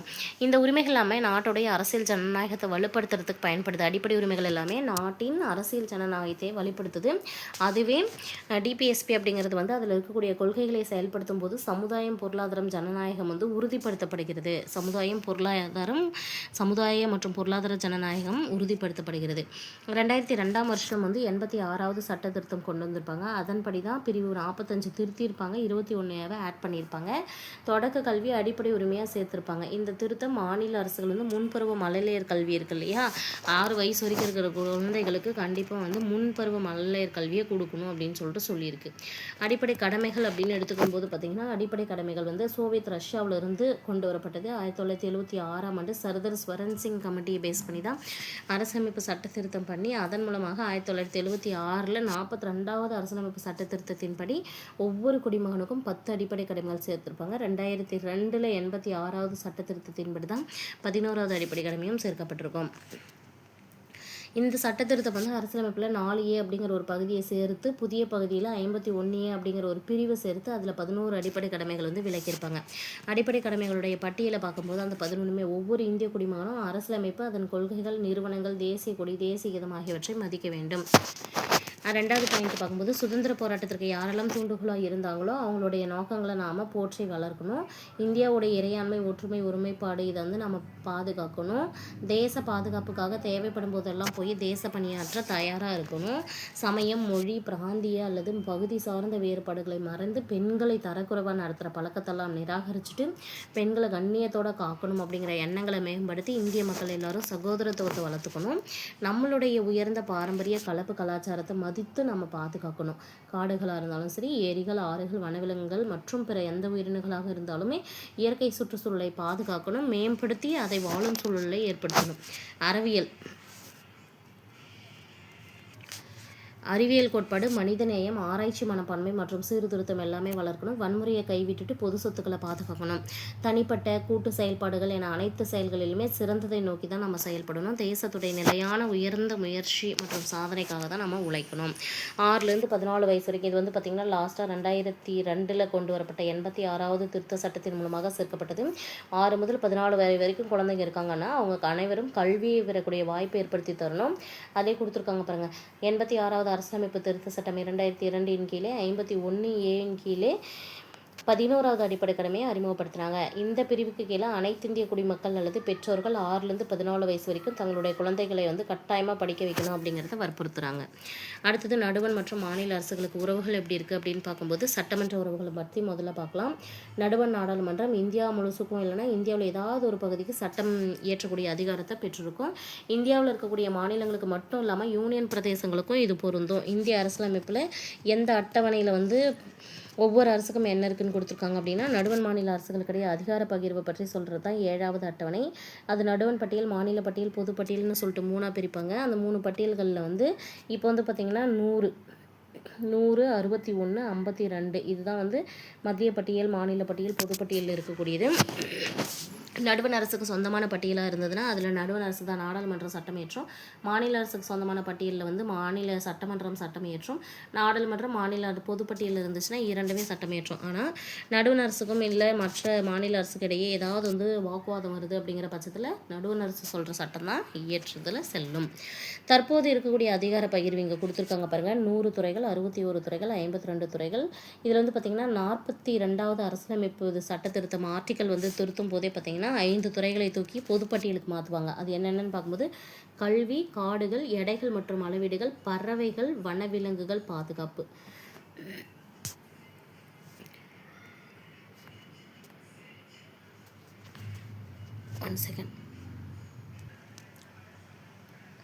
இதில் பார்த்திங்கன்னா 42வது அரசியலமைப்பு சட்ட திருத்தத்தின் மூலம் மாநில பட்டியலில் இருக்கக்கூடிய ஒரு 5 துறைகளை கொண்டு போய் பொதுப்பட்டியலில் மாற்றிருப்பாங்க. அது என்னென்னு பார்க்கும்போது கல்வி 1, காடுகள் 1, எடைகள் மற்றும் அளவீடுகள்ன்றது 1, பறவைகள் மற்றும் வனவிலங்குகள் பாதுகாப்புங்கிறது 1, உச்சநீதிமன்றம் உயர்நீதிமன்ற அமைப்பை தவிர்த்து பிற நீதிமன்றங்களுடைய நீதி நிர்வாகம், மொத்தம் 5. நிர்வாக உறவுகள் எப்படி இருக்குன்னு பார்க்கும்போது ஒரு மாநில அரசுடைய நிர்வாக அதிகாரம் அதோடைய சொந்த மாநிலத்தில் மட்டும்தான் இருக்கும். அந்த மாநிலத்தில் மட்டும்தான் தனக்கான சட்டமேற்றம் தகுதியை பெற்றிருக்கும். அதே வேளையில் நடுவண் அரசும் பிரத்யேகமாக நிர்வாக அதிகாரம் கொண்டுள்ளதாக தான் இருக்கும். ஒன்று, நாடாளுமன்றம் தொடர்பான விஷயங்களை சட்டமியற்ற சிறப்பு அதிகாரம் இருக்கும். மாநில அரசுகள் செய்து கொடுக்கக்கூடிய அந்த உடன்படிக்கைகள், ஒப்பந்தங்கள் எல்லாத்தையும் அங்கீகரிக்கக்கூடிய வேலைகளை இது செய்யும். நிதி உறவுகள் அப்படின்னு எடுத்துக்கும் போது இந்திய அரசியலமைப்பு சட்டத்தை பொறுத்த வரைக்கும் பகுதி 12 சட்டப்பிரிவு 268லேருந்து 93 வரைக்கும் நிதி உறவுகள் இருக்குது. ரொம்ப முக்கியமானது இந்திய அரசியலமைப்பு சட்டப்பிரிவு எந்த பகுதியில் இருக்குது அப்படின்னு பார்க்கும்போது பகுதி 12 எந்த ஆர்டிக்கல்னு பார்க்கும்போது 268லேருந்து 293 வரைக்கும் இருக்கக்கூடிய ஆர்டிகல்ஸ் தான் நடுவண் மற்றும் மாநில அரசுகள் நிதி உறவுகளை பற்றி விளக்குது. நடுவண் மற்றும் மாநில அரசுகள் இருக்காங்களே அவங்க அரசியலமைப்பு சட்டத்தின் மூலமாக பல வகையான வரிகளை விதிக்கக்கூடிய அதிகாரங்கள் 2 பேருக்குமே இருக்குது. இந்திய அரசியலமைப்பு சட்டப்பிரிவு 280 கீழே குடியரசுத் தலைவரால் நியமனம் செய்த ஒரு நிதிக்குழு இருக்கும். நிதிக்குழு பற்றிய ஆர்டிகல் கேட்பாங்க 280. அதோடைய பரிந்துரை அடிப்படையில் தான் நடுவண் அரசால் சில வரிகள்லாம் விதிக்கப்பட்டு வசூலிக்கப்பட்டு நடுவண் அரசாலும் மாநில அரசாலும் பிரிச்சுப்பாங்க. ஸோ இந்த வரிகளை விதிக்கிறது, அதுக்கு கீழே அந்த வரிகளை வாங்குறது எல்லாமே எந்த ஆர்டிக்கல் கீழே வருது அப்படின்னா 280வது ஆர்டிக்கலின் கீழே இருக்கக்கூடிய நிதிக்குழு பேஸ் பண்ணி தான். நடுவண் மாநில அரசுகளுடைய உறவை விசாரிக்கிறதுக்காகவே மறைந்த முன்னாள் பிரதமர் திருமதி இந்திரா காந்தி நடுவண் அரசுக்கும் மாநில அரசுக்கும் உறவு எப்படி இருக்குன்னு தெரிஞ்சுக்கிறதுக்காக 1983 சர்க்காரியா குழுவை நியமனம் செஞ்சுருப்பாங்க. அந்த குழு 247 பரிந்துரை கொடுத்துருப்பாங்க. அதில் 180 இது வரைக்கும் நம்மளுடைய நடுவண் அரசு செய்து முடிச்சிருக்காங்க. 1969 இதே மாதிரி நடுவண் மாநில அரசுகளுடைய உறவுகளை பற்றி தெரிஞ்சுக்கணும் அப்படிங்கிறதுக்காக தமிழக அரசுலேருந்து ஒரு குழு அமைச்சிருப்பாங்க. டாக்டர் PV ராஜமன்னார் குழு. இது ஒரு மூவர் குழு. அலுவலக மொழிகளை பற்றி பார்க்கும்போது அரசியலமைப்பு சட்டப்பிரிவாக இருக்கக்கூடிய பகுதி 17 343லேருந்து 51 வரைக்கும் அலுவலக மொழிகள் பற்றி தான் சொல்லப்பட்டிருக்கு. 343லேருந்து 351 வரைக்கும் அலுவலக மொழிகள் பற்றி சொல்லியிருக்காங்க பகுதி 17. அலுவலக மொழிகளில் பார்த்திங்கன்னா தொடக்கத்தில் 14 மொழிகள் அரசியலமைப்பில் 8வது அட்டவணையில் அங்கீகரிக்கப்பட்டிருக்கு. ஆனால் இப்போ பார்த்திங்கன்னா 22 மொழிகள் அங்கீகாரம் செய்திருக்காங்க. ஸ்டார்டிங்கில் எத்தனை மொழிகள் அங்கீகாரம்? 14 மொழிகள். இப்போ எத்தனை மொழிகள்? 22 மொழிகள். எந்த அட்டவணையில்? 2வது அட்டவணையில். இதில் பார்த்திங்கன்னா 2004ஆம் ஆண்டு இந்திய அரசு செம்மொழிகள் அப்படிங்கிற ஒரு புதிய வகைப்பாட்டை ஏற்படுத்த தீர்மானம் பண்ணியிருப்பாங்க. அதுபடி 6 மொழிகள் இது வரைக்கும் செம்மொழியாக தகுதி பெற்றிருக்கு. ஃபஸ்ட்டு தகுதி பெற்றது தமிழ் 2004, சமஸ்கிருதம் 2005, தெலுங்கு கன்னடம் 2008, மலையாளம் 2013, ஒடியா 2014 செம்மொழி அந்தஸ்தை பெற்றிருக்காங்க.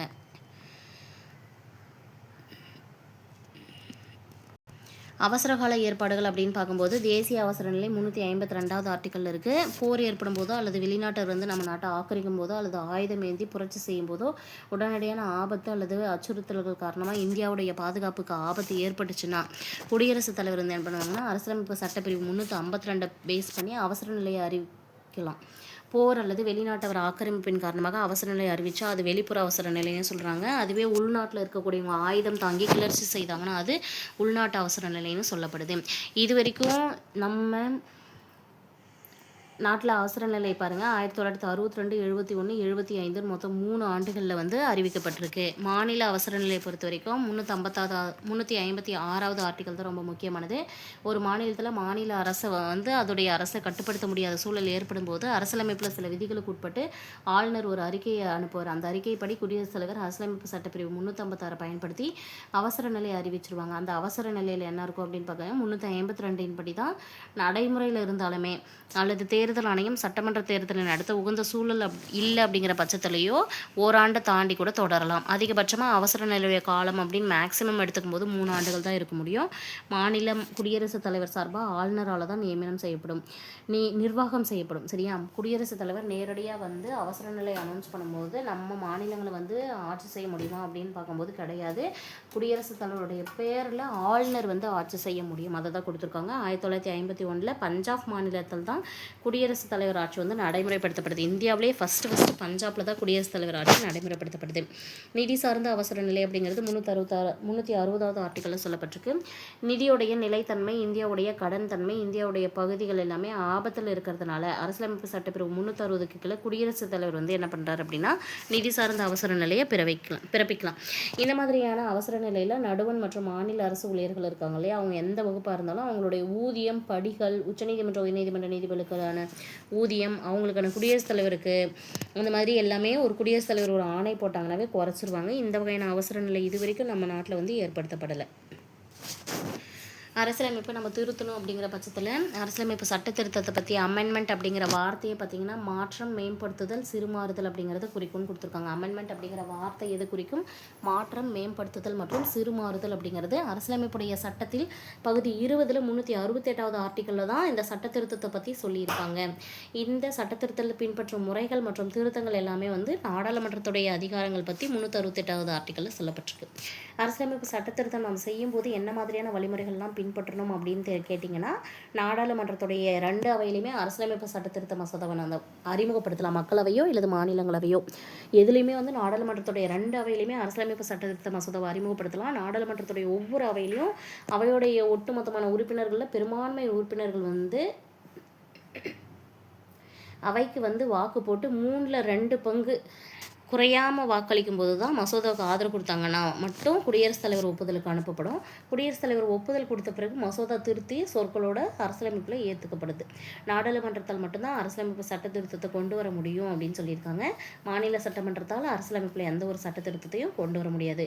சட்ட திருத்தம் அப்படின்னு பார்க்கும்போது அமெண்ட்மெண்ட்டு, அந்த அமெண்ட்மெண்ட் வந்து பார்த்திங்கன்னா 368வது ஆர்டிக்கலை பேஸ் பண்ணி தான் அமெண்ட்மெண்ட் பண்ணுறாங்க. பகுதி 20 இருக்குது. அரசியலமைப்பு சட்ட திருத்தத்தை வந்து வகைகளாக பிரிக்கும்போது இந்திய அரசியலமைப்பில் 368வது ஆர்டிக்கல் படி 3 வகையில் அரசியலமைப்பு வந்து திருத்தம் செய்ய முடியும் அப்படின்னு சொல்கிறாங்க. 1, நாடாளுமன்றத்துடைய சாதாரண அறுதி பெரும்பான்மை மூலம் திருத்தலாம். ஒரு நாடாளுமன்றத்தில் சாதாரணமாக இருக்கக்கூடிய அறுதி பெரும்பான்மை நாடாளுமன்றத்தில் சிறப்பு அறுதி பெரும்பான்மை மூலம் திருத்தப்படலாம். நாடாளுமன்றத்துடைய சிறப்பு அறுதி பெரும்பான்மையோடு பாதிக்கும் போது, அதாவது பாதிக்கு மேற்பட்ட மாநில சட்டமன்றங்கள் இருக்காங்க இல்லையா, அவங்கக்கிட்ட ஒப்புதல் பெற்றும் திருத்தலாம். 3 வகையாக திருத்தலாம் பார்த்துக்கோங்க. சாதாரண அறுதி பெரும்பான்மைனா வந்திருந்தவர்களில் பாதிக்கு மேலே வாக்களிக்கணும். நாடாளுமன்றத்துடைய சிறப்பு அறுதி பெரும்பான்மை அப்படின்னா 3/2 பங்கு உறுப்பினர்கள் நாடாளுமன்றத்துடைய சிறப்பு அறுதி பெரும்பான்மையோடு சேர்த்து பாதிக்கும் மேற்பட்ட மாநில சட்டமன்றங்கள்லேயும் சிலதுக்கு ஒப்புதல் பெற வேண்டியதாக இருக்கும். அரசியலமைப்புடைய 42வது சட்ட திருத்தம் சிறு அரசியலமைப்பு என்று அழைக்கப்படுது. அரசியலமைப்பு சீர்திருத்த குழுக்கள் அப்படின்னு எடுத்துக்கும்போது அரசியலமைப்பு செயல்பாடு குறித்து ஆய்வு செய்வதற்காகவே 2000ஆம் ஆண்டில் இந்திய அரசு ஒரு தீர்மானம் போட்டு எம்என் வெங்கடசல்லையா தலைமையில் அரசியலமைப்பின் சட்ட செயல்பாட்டுக்காக தேசிய சீராய்வு ஆணையம் ஒன்று அமைக்கிறாங்க. அரசியலமைப்பு செயல்பாடு குறித்து ஆய்வு செய்வதற்காகவே. எதோடைய செயல்பாடு? அரசியலமைப்பின் செயல்பாடு ஆய்வு செய்வதற்கு எத்தனாவது வருஷம்? 2000 வருஷம். 2000ஆம் ஆண்டில் இந்திய அரசு ஒரு தீர்மானம் போடுறாங்க. அந்த தீர்மானத்தில் திரு எம்என் வெங்கடசெல்லையா தலைமையில் அரசியலமைப்பு சட்ட செயல்பாட்டுக்கு தேசிய சீராய்வு ஆணையம் ஒன்று அமைக்கிறாங்க. அரசுடைய பல்வேறு நிலைகள், அவற்றுக்கு இடையே இருக்கக்கூடிய தொடர்புகள், பங்களிப்புகள் எல்லாம் குறித்து புதிய நோக்கத்தோட உச்சநீதிமன்றத்தை சேர்ந்த முன்னாள் தலைமை நீதிபதியான எம்எம் பூஞ்சி தலைமையில் ஏப்ரல் 2007 பார்த்திங்கன்னா ஒரு 3 உறுப்பினர்கள் கொண்ட ஆணையம் அமைக்கப்படுது. இதோட பார்த்திங்கன்னா ஃபஸ்ட் லெசன் முடிஞ்சுது. அடுத்து 2வது லெசனில் என்ன இருக்குது அப்படின்னு பார்த்திங்கன்னா மத்திய அரசை பற்றி, அதாவது நடுவண் அரசை பற்றி இருக்குது செகண்ட் லெசனில்.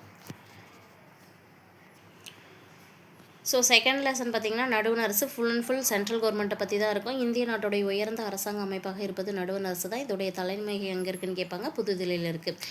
இந்த மத்திய அரசை பற்றி, அதாவது நடுவண் அரசை பற்றி அரசியலமைப்பில் எந்த பகுதியில் சொல்லப்பட்டிருக்கு, பகுதி 5 எந்த ஆர்டிக்கல் 52லேருந்து 78 சட்டப்பிரிவுகள் நடுவண் அரசுடைய நிர்வாகம் பற்றி சொல்லுது. இந்திய அரசியலமைப்பு உருவாக்கினவங்க எல்லாருமே இந்தியாவுடைய பரந்த பல்வகையான பன்முகத்தன்மையை கருத்தில் வச்சுக்கிட்டு தான் இந்தியாவுக்கு கூட்டாட்சி முறையிலான அரசை வழங்கியிருக்காங்க. நடுவண் அரசு 3 அங்கங்களை கொண்டதாக இருக்கும். அது என்ன அப்படின்னு பார்க்கும்போது நிர்வாகம், சட்டமன்றம், நீதித்துறை. நடுவண் நிர்வாகம் அப்படிங்கிறதுல எதெல்லாம் ஆட் ஆகும் அப்படின்னு பார்த்திங்கன்னா குடியரசுத் தலைவர், துணை குடியரசுத் தலைவர், பிரதம அமைச்சர், அமைச்சரவையை தலைவராக கொண்ட அமைச்சர் குழு, இந்திய அரசுடைய தலைமை வழக்குரைஞர், இவங்க எல்லாருமே இருப்பாங்க. நடுவண் சட்டமன்றம் அப்படிங்கிறது நாடாளுமன்றம் என்றே அழைக்கப்படுகிறது. நடுவண் சட்டமன்றத்துக்கு என்ன பேர்? நாடாளுமன்றம். இதுலேயே பார்த்திங்கன்னா நிர்வாகம், சட்டமன்றம், நீதித்துறை என்று நடுவண் அரசையே 3 பிரிக்கிறாங்க. இந்த நிர்வாகத்தில் இந்திய குடியரசுத் தலைவர் என்ன பண்ணுவார் அப்படின்னா அடுத்த கேட்டகரியில் இருப்பாங்க. துணை குடியரசுத் தலைவர், அதுக்கு கீழே பிரதம அமைச்சர். இந்திய குடியரசுத் தலைவர், துணை குடியரசுத் தலைவர், பிரதம அமைச்சர் மற்றும் அமைச்சர்கள் குழு. இது வரைக்கும் செயின் முடிஞ்சது. அடுத்தது பார்க்கும்போது சட்டமன்றத்தை 2 பிரிச்சுக்கலாம். நாடாளுமன்றம் அப்படிங்கிறது மாநிலங்களவை, அதாவது ராஜ்யசபா அப்படிங்கிறதும் மக்களவை லோக்சபா அப்படிங்கிறது 2 பிரிச்சுக்கலாம். 543 உறுப்பினர்கள் மக்களால் தேர்ந்தெடுக்கப்படுறாங்க. இந்த மக்களவை லோக்சபாவில் 543 உறுப்பினர்கள் 2 ஆங்கிலோ இந்தியன்ஸும் அதில் நியமிக்கப்படுறாங்க. அதுவே மாநிலங்களவையை பொறுத்த வரைக்கும் 238 உறுப்பினர்கள் இந்தியாவுடைய மாநில சட்டமன்றங்களால் தேர்ந்தெடுக்கப்படுகிறாங்க. 12 உறுப்பினர்கள் குடியரசுத் தலைவர் நியமனம் செய்கிறாங்க. அடுத்தது பார்க்கும்போது நீதித்துறை அப்படிங்கிறது இந்தியாவுடைய உச்சநீதிமன்றம் அப்படிங்கிறது தான் உயர்ந்த நீதித்துறை. இந்திய தலைமை நீதிபதியாக இருப்பவர், அது கூடவே மற்ற நீதிபதிகள் எல்லாரையும் சேர்த்து தான் நீதித்துறை. இந்திய உச்சநீதிமன்றம், இந்திய தலைமை நீதிபதி மற்றும் மற்ற நீதிபதிகள் எல்லாரும் சேர்ந்தது தான் நீதித்துறையில் அடக்கம். துணை குடியரசுத் தலைவர், பிரதம அமைச்சர்களை தலைவராக கொண்ட அமைச்சர்கள் குழு மற்றும் இந்திய அரசின் தலைமை வழக்கறிஞர் எல்லாரையும் சேர்த்து தான் நாடாளுமன்றம்னு சொல்கிறாங்க. இது 2 அவைகளை கொண்டது. நாடாளுமன்றமானது 2 அவைகளை கொண்டது. ஒன்று மாநிலங்களவை ராஜ்யசபா, மற்றொன்று மக்களவை லோக்சபா. நடுவண் நீதித்துறை உச்சநீதிமன்றத்தை கொண்டுள்ளதாக இருக்கிறது. நடுவண் நீதித்துறை அப்படிங்கிறது உச்சநீதிமன்றத்தை கொண்டதாக இருக்கிறது. இந்திய குடியரசுத் தலைவர் அப்படின்னு எடுத்துக்கும்போது நடுவண் அரசுடைய நிர்வாக தலைவர் தான் குடியரசுத் தலைவர். அவர் பெயரளவில் நிர்வாக அதிகாரம் பெற்றவராக இருப்பார். நடுவண் அரசுடைய நிர்வாக தலைவர் தான் குடியரசுத் தலைவர், பெயரளவில் நிர்வாக அதிகாரம் பெற்றவராக இருப்பாங்க. இந்தியாவுடைய முதல் குடிமகனாக இருப்பதும் குடியரசுத் தலைவர் தான். முப்படைகளுடைய தலைமை தளபதியாக செயல்படுவதும் குடியரசுத் தலைவர் தான். நடுவண் அரசுடைய அரசியலமைப்பின் தலைவராகவும் அரசியலமைப்பு சட்டப்பிரிவு 53 படி குடியரசுத் தலைவர் நேராகவோ அல்லது சார்பு நிலை ஊழியர்கள் மூலமாக, அதாவது சார்நிலை அலுவலர்கள் இருக்காங்களே அவங்க மூலமாகவோ நடுவண் அரசுடைய நிர்வாக அதிகாரங்களை அரசியலமைப்படியே செயல்படுத்துகிறாரு. தேர்தலில் போட்டியிடுறதுக்கு தகுதிகள் அப்படின்னு பார்க்கும்போது துணை குடியரசுத் தலைவருக்கு இந்திய குடிமகனாக இருக்கணும், 35 வயது பூர்த்தி செய்திருக்கணும். நடுவண் அரசிலோ மாநில அரசிலோ அல்லது உள்ளாட்சி அமைப்புகளிலோ ஊதியம் தரக்கூடிய பதவிகளில் வகிக்கக்கூடாது. மக்களவை உறுப்பினராக மாறுறதுக்கான தகுதிகள் எல்லாமே பெற்றிருக்க வேண்டும். இவருடைய பெயரை பேஸ் பண்ணி குடியரசுத் தலைவரை தேர்ந்தெடுக்கும் வாக்காளர் குழுமத்தில் 50 வாக்காளர்கள் முன்மொழியணும், 50 வாக்காளர்கள் வழிமொழியணும். குடியரசுத் தலைவர் பார்த்திங்கன்னா பார்லிமெண்ட் உறுப்பினராகவோ சட்டமன்ற உறுப்பினராகவோ பதவி வகிக்கக்கூடாது. ஒருவேளை அந்த மாதிரியான பதவியில் அவங்க இருக்க பட்சத்தில் குடியரசுத் தலைவராக இருந்த அவங்க என்ன பண்ணுவாங்க அப்படின்னா பதவியேற்கும் நாளிலிருந்து அந்த பதவி காலியானதாக கருதிடுவாங்க. அதாவது முன்ன என்னவா இருக்காங்களோ அந்த பதவி காலியானதாக கருதிடுவாங்க. புதுதில்லியில் இருக்கக்கூடிய ராஷ்டிரபதி பவன் அப்படிங்கிற பிளேஸ் தான் குடியரசுத் தலைவருடைய இல்லமாக கருதப்படுகிறது. அவருக்கு இல்லம் மற்றும் அலுவலகம் 2மே ஒரே கட்டத்தில் தான் இருக்குது. இருந்தாலும் கூட அவங்களுக்கு இருப்பிடத்தோடு இருக்கக்கூடிய அலுவலகங்கள் இன்னும் 2 இடத்துல இருக்குது. ஒன்று பார்த்திங்கன்னா அங்கே வருஷத்துக்கு ஒரு டைம் இவர் போவார். சிம்லாவில் இருக்கக்கூடிய ரிட்ரீட் அப்படிங்கிற கட்டிடம், ஹைதராபாத்தில் இருக்கக்கூடிய ராஷ்டிரபதி நிலையம் அப்படிங்கிற பிளேஸ். இவைகளில் ஒன்று வடக்கு, ஒன்று தெற்கில் அமைஞ்சிருக்கு. ஒரு நாட்டுடைய ஒற்றுமையையும் மக்களுடைய பல்வேறு கலாச்சாரத்தின் ஒற்றுமையும் பறைசாற்றுவது இதுதான். குடியரசுத் தலைவருக்கான தேர்தல் எப்படி இருக்கணும்னு பார்க்கும்போது குடியரசுத் தலைவர் ஒற்றை மாற்று வாக்கு மூலமாக விகிதாச்சார பிரதிநிதித்துவப்படி வாக்காளர் குழுமத்தால் தேர்வு செய்யப்படுகிறாங்க. வாக்காளர் குழுமம் அப்படிங்கிறது மாநிலங்களவையில் மற்றும் மக்களவையில் தேர்ந்தெடுக்கப்பட்ட உறுப்பினர்கள், அனைத்து மாநில சட்டமன்ற உறுப்பினர்கள், தேசிய தலைநகர் டெல்லி மற்றும் புதுச்சேரியில் தேர்ந்தெடுக்கப்பட்ட உறுப்பினர்கள் எல்லாரையும் உள்ளடக்கியதாக தான் இருந்தது. குடியரசுத் தலைவராக தேர்ந்தெடுக்கப்பட்ட ஒருவருக்கு உச்சநீதிமன்றம் தலைமை நீதிபதி பதவியேற்பு உறுதிமொழி செய்து வைக்கிறார். குடியரசுத் தலைவராக யார் புதுசாக பதவியேற்றுக்கிறாங்களோ அவங்களுக்கு பதவியேற்பு செய்து வருப்பவர் யாருன்னு பார்த்தீங்கன்னா உச்சநீதிமன்றத்தின் தலைமை நீதிபதி தான். இவருடைய பதவிக்காலம்னு இருக்கும்போது குடியரசுத் தலைவருக்கு 5 ஆண்டுகள். திரும்பவும் தேர்ந்தெடுக்கப்பட தகுதியுடையவராக இவர் கருதப்படுகிறார். குடியரசுத் தலைவருடைய அதிகாரங்கள் அப்படின்னு பார்க்கும்போது பிரித்து பார்க்கணும். ஒன்று, நிர்வாக அதிகாரங்களில் அரசியலமைப்பு சட்டப்பிரிவு 77 கீழே நடுவண் அரசுடைய ஒவ்வொரு நிர்வாக நடவடிக்கையும் குடியரசுத் தலைவருடைய பெயரால் தான் நிர்வாகம் செய்யப்படுது. பிரதம அமைச்சரையும் மற்ற அமைச்சர்களையும் குடியரசுத் தலைவர் தான் நியமிக்கிறாங்க. பிரதம அமைச்சருடைய ஆலோசனையின்படி தான் அமைச்சரவையில் இருக்கக்கூடிய உறுப்பினர்களுக்கு அவங்களுக்கு ஒரு துறைகள் இருக்கு இல்லையா, அதை ஒதுக்கீடு செய்கிறாங்க. இந்தியாவில் இருக்கக்கூடிய ரொம்ப முக்கியமான பதவின்னு பார்க்கும்போது மாநில ஆளுநர், உச்சநீதிமன்றம் மற்றும் உயர்நீதிமன்ற தலைமை நீதிபதிகள், இதர நீதிபதிகள், இந்திய அரசுடைய தலைமை வழக்குரைஞராக இருக்கிறவங்க, தலைமை கணக்கு தணிக்கையாளராக இருக்கிறவங்க, இந்திய தலைமை தேர்தல் ஆணையர், 2 தேர்தல் ஆணையர்கள், நடுவண் அரசு பணியாளர் தேர்வாணையத்துடைய தலைவர் மற்றும் இதர உறுப்பினர்கள், மற்ற நாடுகளுக்கான தூதர்கள் மற்றும் உயர் ஆணையர்களை ஆகியோர் குடியரசுத் தலைவர் நியமிச்சுக்கிறாங்க. சட்டமன்றத்தில் இருக்கக்கூடிய அதிகாரங்கள்னு பார்க்கும்போது பொது தேர்தலுக்கு பின்னாடி நாடாளுமன்றத்துடைய புதிய கூட்டத்தொடரை இவங்க உரையாற்றி துவக்கி வைக்கிறாங்க. அந்த பொது தேர்தல் முடிஞ்ச பிறகு ஒவ்வொரு வருஷமும் நாடாளுமன்றத்துடைய முதல் கூட்டம் இவருடைய உரையோடு தான் துவங்கும். குடியரசுத் தலைவர் ஆண்டுக்கு 2 முறை நாடாளுமன்றத்தை கூட்டுறாங்க. இவர் நாடாளுமன்றத்தில் எந்த ஒரு அவையில் இருந்தாலும் சரி, ஒரு சட்ட மசோதா நிலுவையில் இருந்தாலும் சரி, அது குறித்த செய்தியை நாடாளுமன்றத்துக்கு அனுப்புகிறாங்க. குடியரசுத் தலைவருடைய ஒப்புதல் பெற்ற பிறகு தான் அதனை மசோதாக்களுமே சட்டமாக மாறுது. நிதி மசோதாவை குடியரசுத் தலைவருடைய ஒப்புதல் இல்லாமல் நாடாளுமன்றத்தில் அறிமுகம் செய்யவே முடியாது. நாடாளுமன்றத்துடைய 2 அவைகள்னு பார்க்கும்போது அப்படி இல்லைன்னா ஏதாவது ஒரு அவையில் கூட்டத்தை குடியரசுத் தலைவர் முடிவுக்கு கொண்டு வந்தார். அதுக்கு முன்னாடியே அதனை கலைக்கும் அதிகாரமும் இவருக்கு இருக்குது.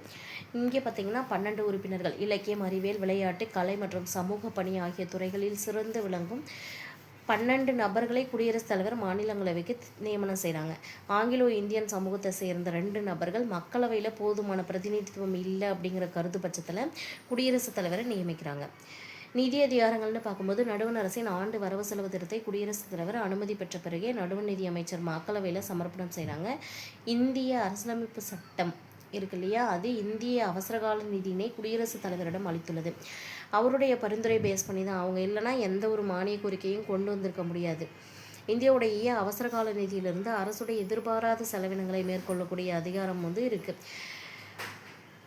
அந்த அதிகாரம் குடியரசுத் தலைவருக்கு மட்டும்தான் இருக்குது. ஒவ்வொரு 5 வருஷத்துக்கு ஒரு முறை குடியரசுத் தலைவர் நிதிக்குழுவை நியமிக்கிறாங்க. ஒவ்வொரு 5 வருஷத்துக்கு ஒரு டைமு குடியரசுத் தலைவர் நிதிக்குழுவை நியமனம் செய்கிறாங்க.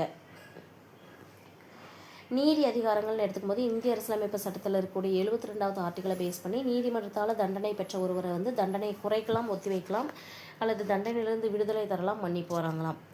இது எல்லாமே குடியரசுத் தலைவருக்கு அதிகாரம் வழங்கியது. இராணுவ அதிகாரங்கள் அப்படின்னு எடுத்துக்கும்போது இராணுவம் அரசின் பாதுகாப்பு படையுடைய தலைமை தளபதியாக அவர் எங்கெல்லாம் போகிறாங்களோ அந்த நடுவண் அரசுடைய பாதுகாப்பு படையின் தலைமை தளபதியாக அதிகார சட்டப்பிரிவு 53 குடியரசுத் தலைவருக்கு வழங்குது. நடுவண் அரசுடைய பாதுகாப்பு படையின் தலைமை தளபதி அப்படிங்கிற அதிகாரத்தை சட்டப்பிரிவு 53(2) குடியரசுத் தலைவருக்கு கொடுக்குதுன்னு சொல்கிறாங்க. அவர் சட்டமியற்றபடி இராணுவத்தை வழிநடத்துகிறாங்க. ராஜதந்திர அதிகாரங்கள்னு பார்க்கும்போது வெளிநாடுகளுக்கான இந்திய தூதர்களை குடியரசுத் தலைவர் தான் நியமிக்கிறாங்க. அது மட்டும் இல்லாமல் இந்தியாவுக்கு வரக்கூடிய அந்த வெளிநாட்டு தூதர்களையும் வரவேற்கிறாங்க. வெளிநாடுகளுக்கு அனைத்து உடன்படிக்கைகள், ஒப்பந்தங்கள் எல்லாமே குடியரசுத் தலைவருடைய பேரில் தான் நடத்தப்படுது.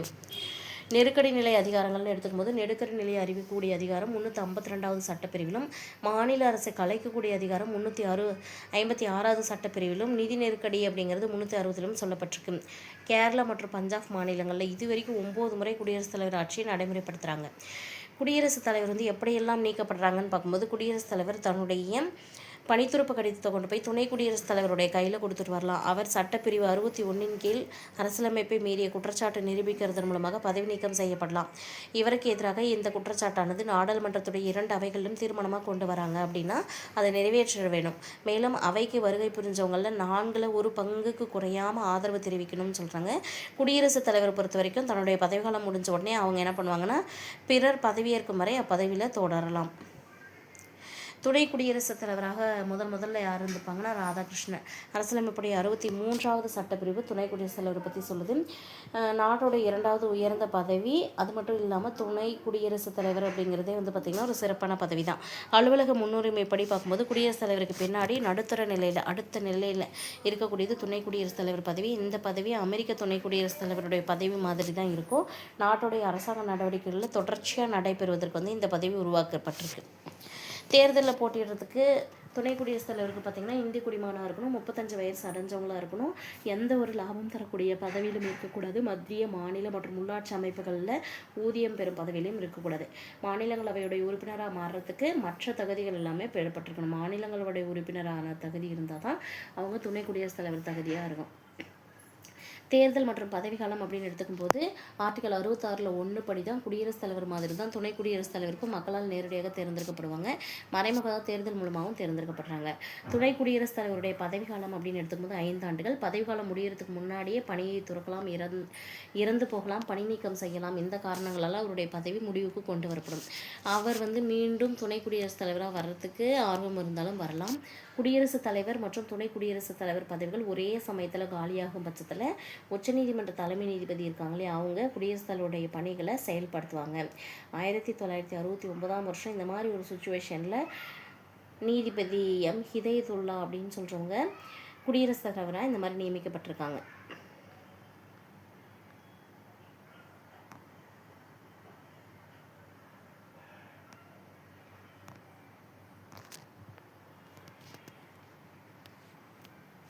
புதிய துணை குடியரசுத் தலைவரை தேர்ந்தெடுக்கும் வரைக்கும் மாநிலங்களுடைய துணைத் தலைவர் வந்து என்ன பண்ணுவாங்க அப்படின்னா துணை குடியரசுத் தலைவருடைய மேற்கொள்ளக்கூடிய பணிகளை மேற்கொள்வாங்க. துணை குடியரசுத் தலைவர் எப்படி பதவி நீக்கம் செய்யப்படுறாங்கன்னா மக்களவையில் ஒப்புதல் கொடுக்கணும், அதே மாதிரி மாநிலங்களவையில் பெரும்பான்மையோடு நிறைவேற்றப்படணும். அந்த மாதிரி தீர்மானம் மூலமாக தான் குடியரசுத் தலைவர் துணை குடியரசுத் தலைவர் பதவியிலிருந்து துணை குடியரசுத் தலைவர் வந்து நீக்கப்படுவார். இந்த மாதிரியான தீர்மானம் கொண்டு வரணும் அப்படிங்கும்போது குறைஞ்சபட்சம் 14 நாளுக்கு முன்னாடியே துணை குடியரசுத் தலைவருக்கு போயிட்டு அறிவிப்பு கொடுத்துடணும். துணை குடியரசுத் தலைவருடைய செயல்பாடுகள் அப்படின்னு எடுத்துக்கும்போது துணை குடியரசுத் தலைவர் மாநிலங்களவையுடைய தலைவராக செயல்படுவாங்க.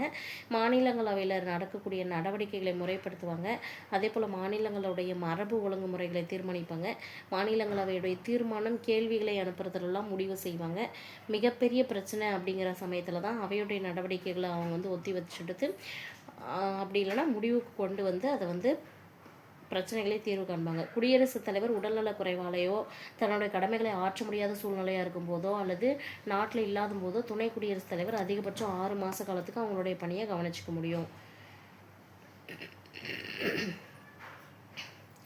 நடுவண அமைச்சரவை குழு இருக்கும் அப்படிங்கிறத குறிப்பிடுது. இந்தியாவில் பிரதம அமைச்சர் பதவி அப்படிங்கிறது வெஸ்ட்மினிஸ்டர் அரசியலமைப்பு அப்படின்னு சொல்லுவாங்க. ஜனநாயக முறையிலிருந்து ஏற்றுக்கொள்ளப்பட்டது. இங்கிலாந்து நாடாளுமன்றம் வெஸ்ட்மினிஸ்டர் முறையிலான அரசியலமைப்புடையதாக தான் இருக்குது. அவங்களுடைய நாடாளுமன்ற முறை வெஸ்ட்மினிஸ்டர் முறை அப்படின்னு சொல்கிறாங்க. மக்களவையில் பெரும்பான்மை கட்சியோட தலைவர் பிரதம அமைச்சர் வந்து குடியரசுத் தலைவரை தான் நியமிப்பாங்க. மற்ற அமைச்சர்களை பிரதம அமைச்சருடைய ஆலோசனையின்படி குடியரசுத் தலைவர் நியமனம் செய்கிறாங்க. மக்களவை அப்படின்னு எடுத்துக்கும்போது மக்களவையில் எந்த ஒரு கட்சிக்கும் தனி பெரும்பான்மை பலம் இல்லை அப்படின்னு சொல்லிட்டோம்னா குடியரசுத் தலைவர் எந்த கட்சி அமைச்சரவை அமைக்க முடியுமோ அந்த கட்சியுடைய தலைவரை கூப்பிட்டு பேசி அரசமைக்க சொல்லலாம். குடியரசுத் தலைவர் அமைச்சர்களுக்கு பதவி பிரமாணம், ரகசிய காப்பு பிரமாணம் இது எல்லாமே செய்து வைக்கலாம். நாடாளுமன்ற உறுப்பினராக இருந்த ஒருத்தவங்க வந்து பார்த்திங்கன்னா இப்போது நாடாளுமன்றத்தில் ஒரு உறுப்பினராக இல்லை அப்படிங்கிற பட்சத்தில் கூட அவங்க வந்து அமைச்சராக நியமிக்கப்படலாம். ஆனால் 6 மாதத்துக்குள்ளார அவங்க நாடாளுமன்றத்துக்கு தேர்ந்தெடுக்கப்படணும். அமைச்சர்கள் தனிப்பட்ட முறையிலும் ஒட்டுமொத்தமாகவும் மக்களவைக்கு பொறுப்புடையவர்கள். அமைச்சர்கள் அப்படின்றவங்க தனிப்பட்ட முறையில் இருந்தாலும் சரி ஒட்டுமொத்தமாக இருந்தாலும் சரி மக்களவைக்கு பொறுப்புடையவர்கள். பிரதம அமைச்சருடைய செயல்பாடுகள் அப்படின்னு எடுத்துக்கும்போது செயல்பாடுகளின் கடமைகளில் அரசியலமைப்பு சட்டத்துடைய பிரிவு 78 பிரதம அமைச்சருக்கான கடமைகளை பற்றி சொல்லுது. பிரதம அமைச்சர் பார்த்திங்கன்னா அமைச்சர்களுடைய நிலையை தெரிஞ்சுக்கிட்டு அவங்களுக்குன்னு அரசில் பல்வேறு துறைகளை ஒதுக்கீடு செய்கிறாங்க. தன்னுடைய நிலைமையை பார்த்துட்டு தான் தலைமை வகிக்கக்கூடிய அமைச்சரவை கூட்டத்துடைய தேதி நிகழ்ச்சி நிரல் குறித்து முடிவு செய்வாங்க. எந்த கூட்டத்துக்கு தலைமை வகிக்கிறாங்க அப்படிங்கிறத பேஸ் பண்ணி பார்த்துட்டு அமைச்சரவை கூட்டத்தையுடைய நிகழ்ச்சி நிரலை வந்து இவங்க தான் முடிவு செய்கிறாங்க. கேபினெட் அமைச்சரவை கூட்டம் நடைபெறாத போது பிரதம அமைச்சர் என்ன பண்ணுவாங்கன்னா தன்னுடைய மூத்த சகாக்கள் 2 பேர் இல்லைன்னா 3 பேரை இயல்பாக கலந்தாலோசிக்கலாம். பிரதம அமைச்சர் பல்வேறு துறைகளில் பணிகளை மேற்பார்வை செய்கிறாங்க. நடுவண் அரசுடைய விவகாரங்கள் மற்றும் சட்டத்திற்கான முன்மொழிவுகள் எல்லாமே வந்து பார்த்திங்கன்னா அமைச்சரவையுடைய அனைத்து முடிவுகளையும் குடியரசுத் தலைவரோட விவாதிக்குது. பிரதம அமைச்சர் அப்படின்றவங்க குடியரசுத் தலைவருக்கும் அமைச்சரவைக்கும் இடையில் இருக்கக்கூடிய ஒரு பாலமாக தான் செயல்படுவாங்க. பிரதம அமைச்சர் நாட்டுடைய உண்மையான தலைவராக இருப்பாங்க. அவர் நாட்டுக்கு முக்கிய செய்தி தொடர்பாளராகவும் செயல்படுவார். சர்வதேச மாநாடுகளாக இருக்கக்கூடிய காமன்வெல்த், அணிசர நாடுகளுடைய உச்சி மாநாடு, சார்க் நாடுகளுடைய மாநாடு, இது எல்லாமே வந்து பார்த்திங்கன்னா இந்திய நாட்டுடைய பிரதிநிதியாக பிரதமர் வந்து பங்கு பெறுவார். அந்த கூட்டங்களில் அவர் பங்கேற்பார்.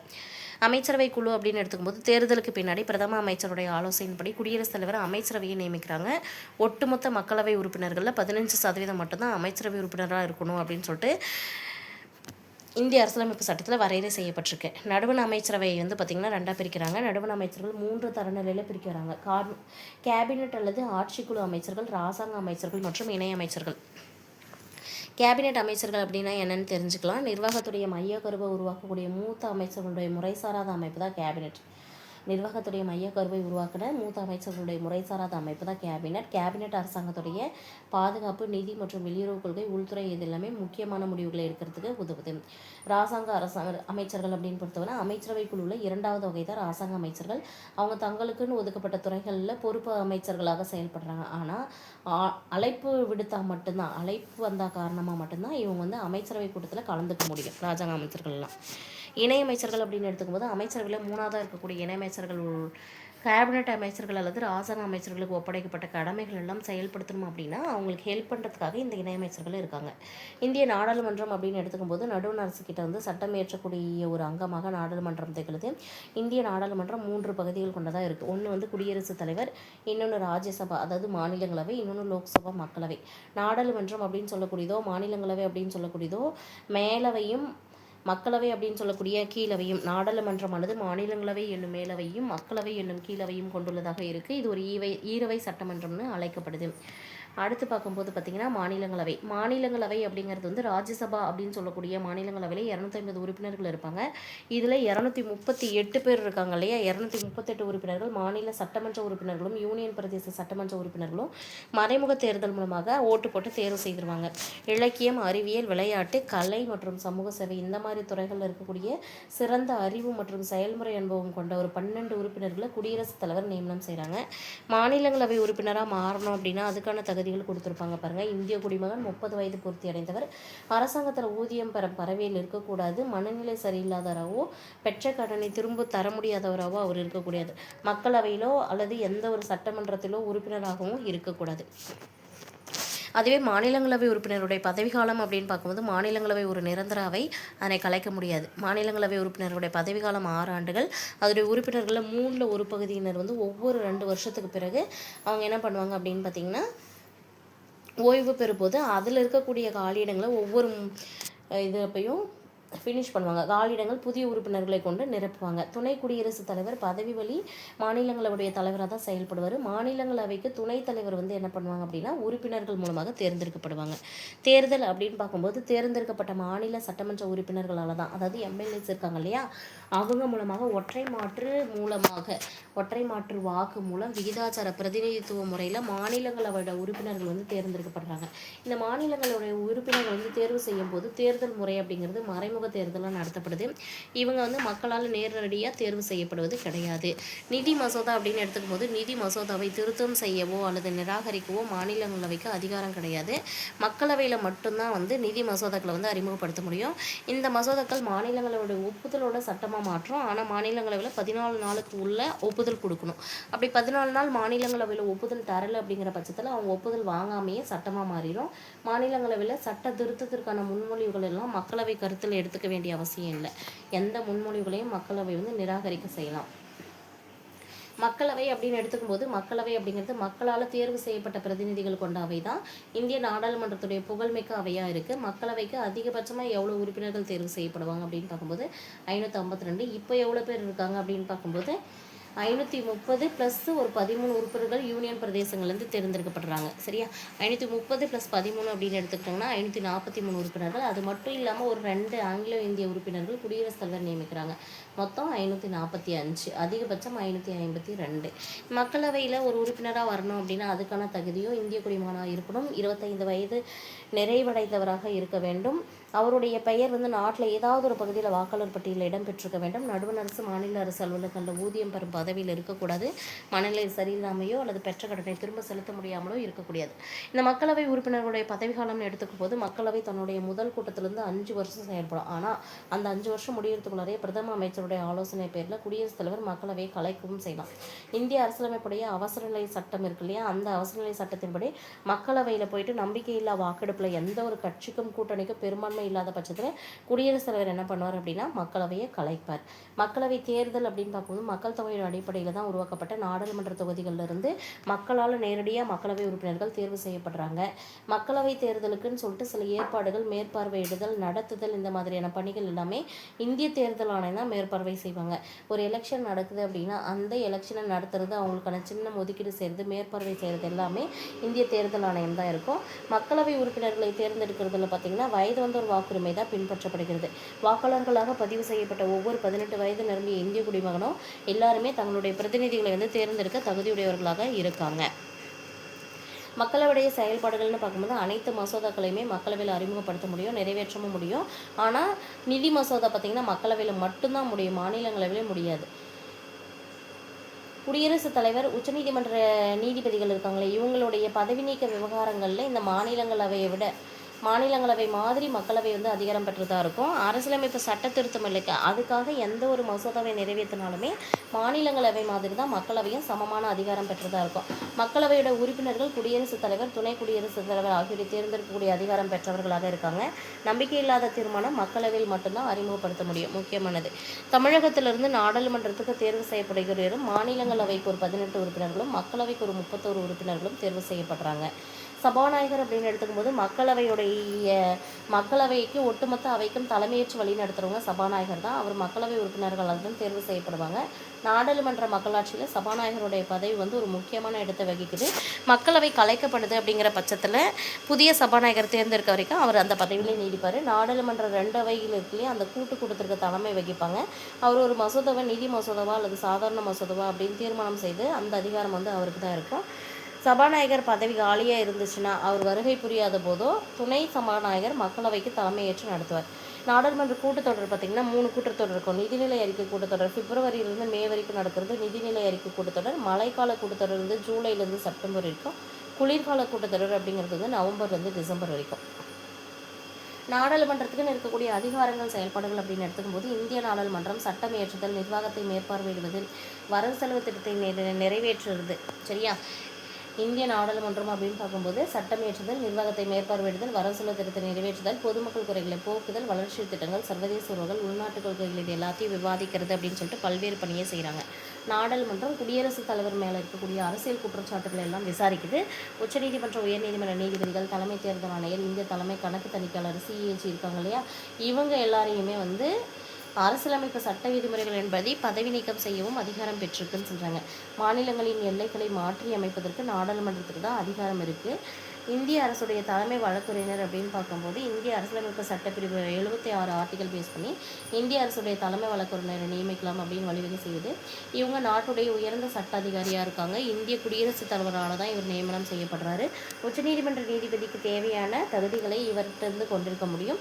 இவர் எந்த நேரத்தில் வேணாலும் குடியரசுத் தலைவரில் பதவியிலிருந்து அகற்றப்படலாம். அவர் குடியரசுத் தலைவருக்கு பதவி விலகல் கடிதம் கொடுத்தும் விலகிக் கொள்ளலாம்.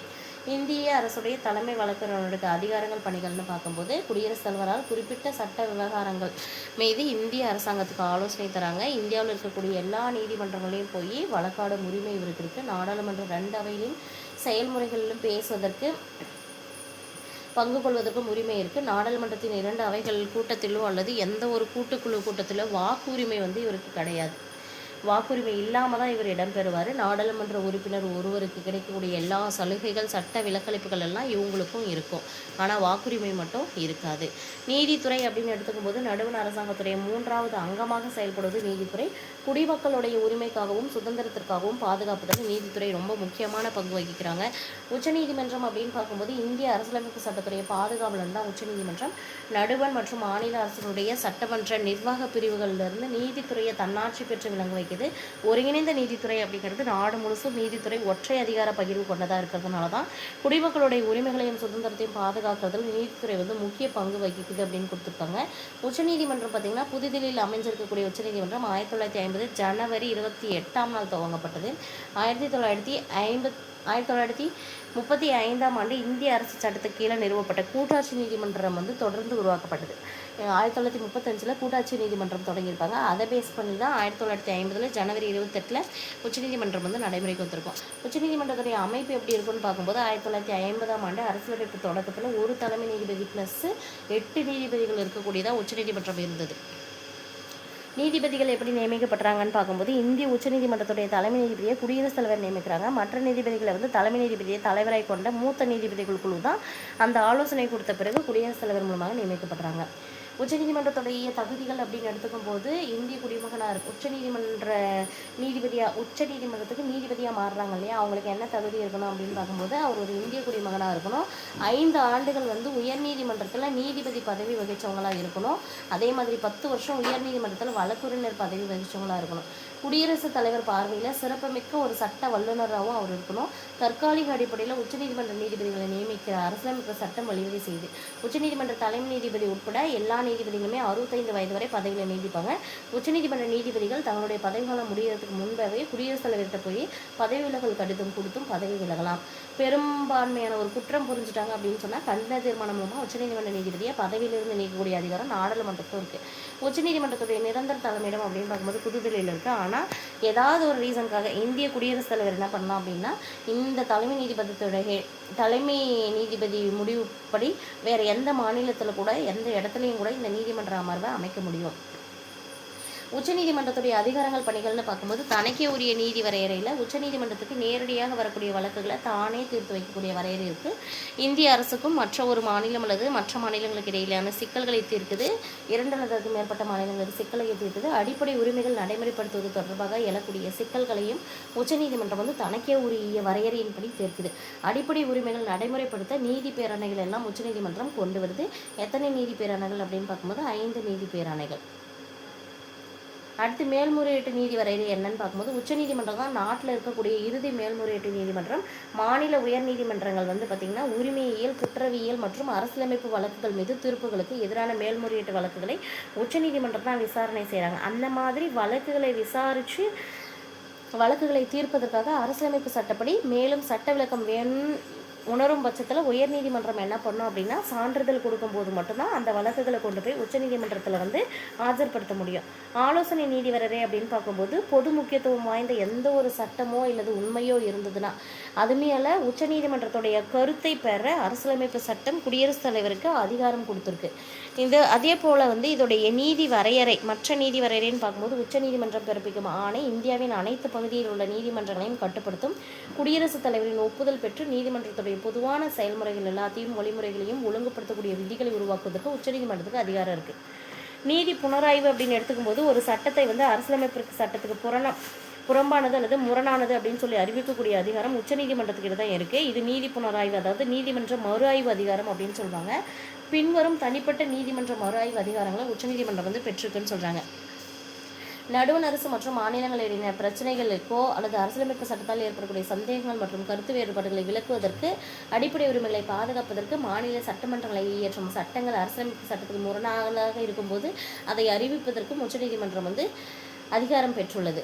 ஸோ இதோட பார்த்திங்கன்னா இந்த வீடியோவில் நாம் 10th ஸ்டாண்டர்ட் பாலிட்டியில் லெசன் 1 லெசன் 2 வந்து முடிச்சிட்டோம். லெசன் 3 வந்து பார்த்திங்கன்னா இன்னும் ஒரு லெசன் 3 வந்து நாளைக்கு மார்னிங் வந்து பார்த்துருவோம், அப்லோட் பண்ணிவிடுவோம். தேங்க்யூ.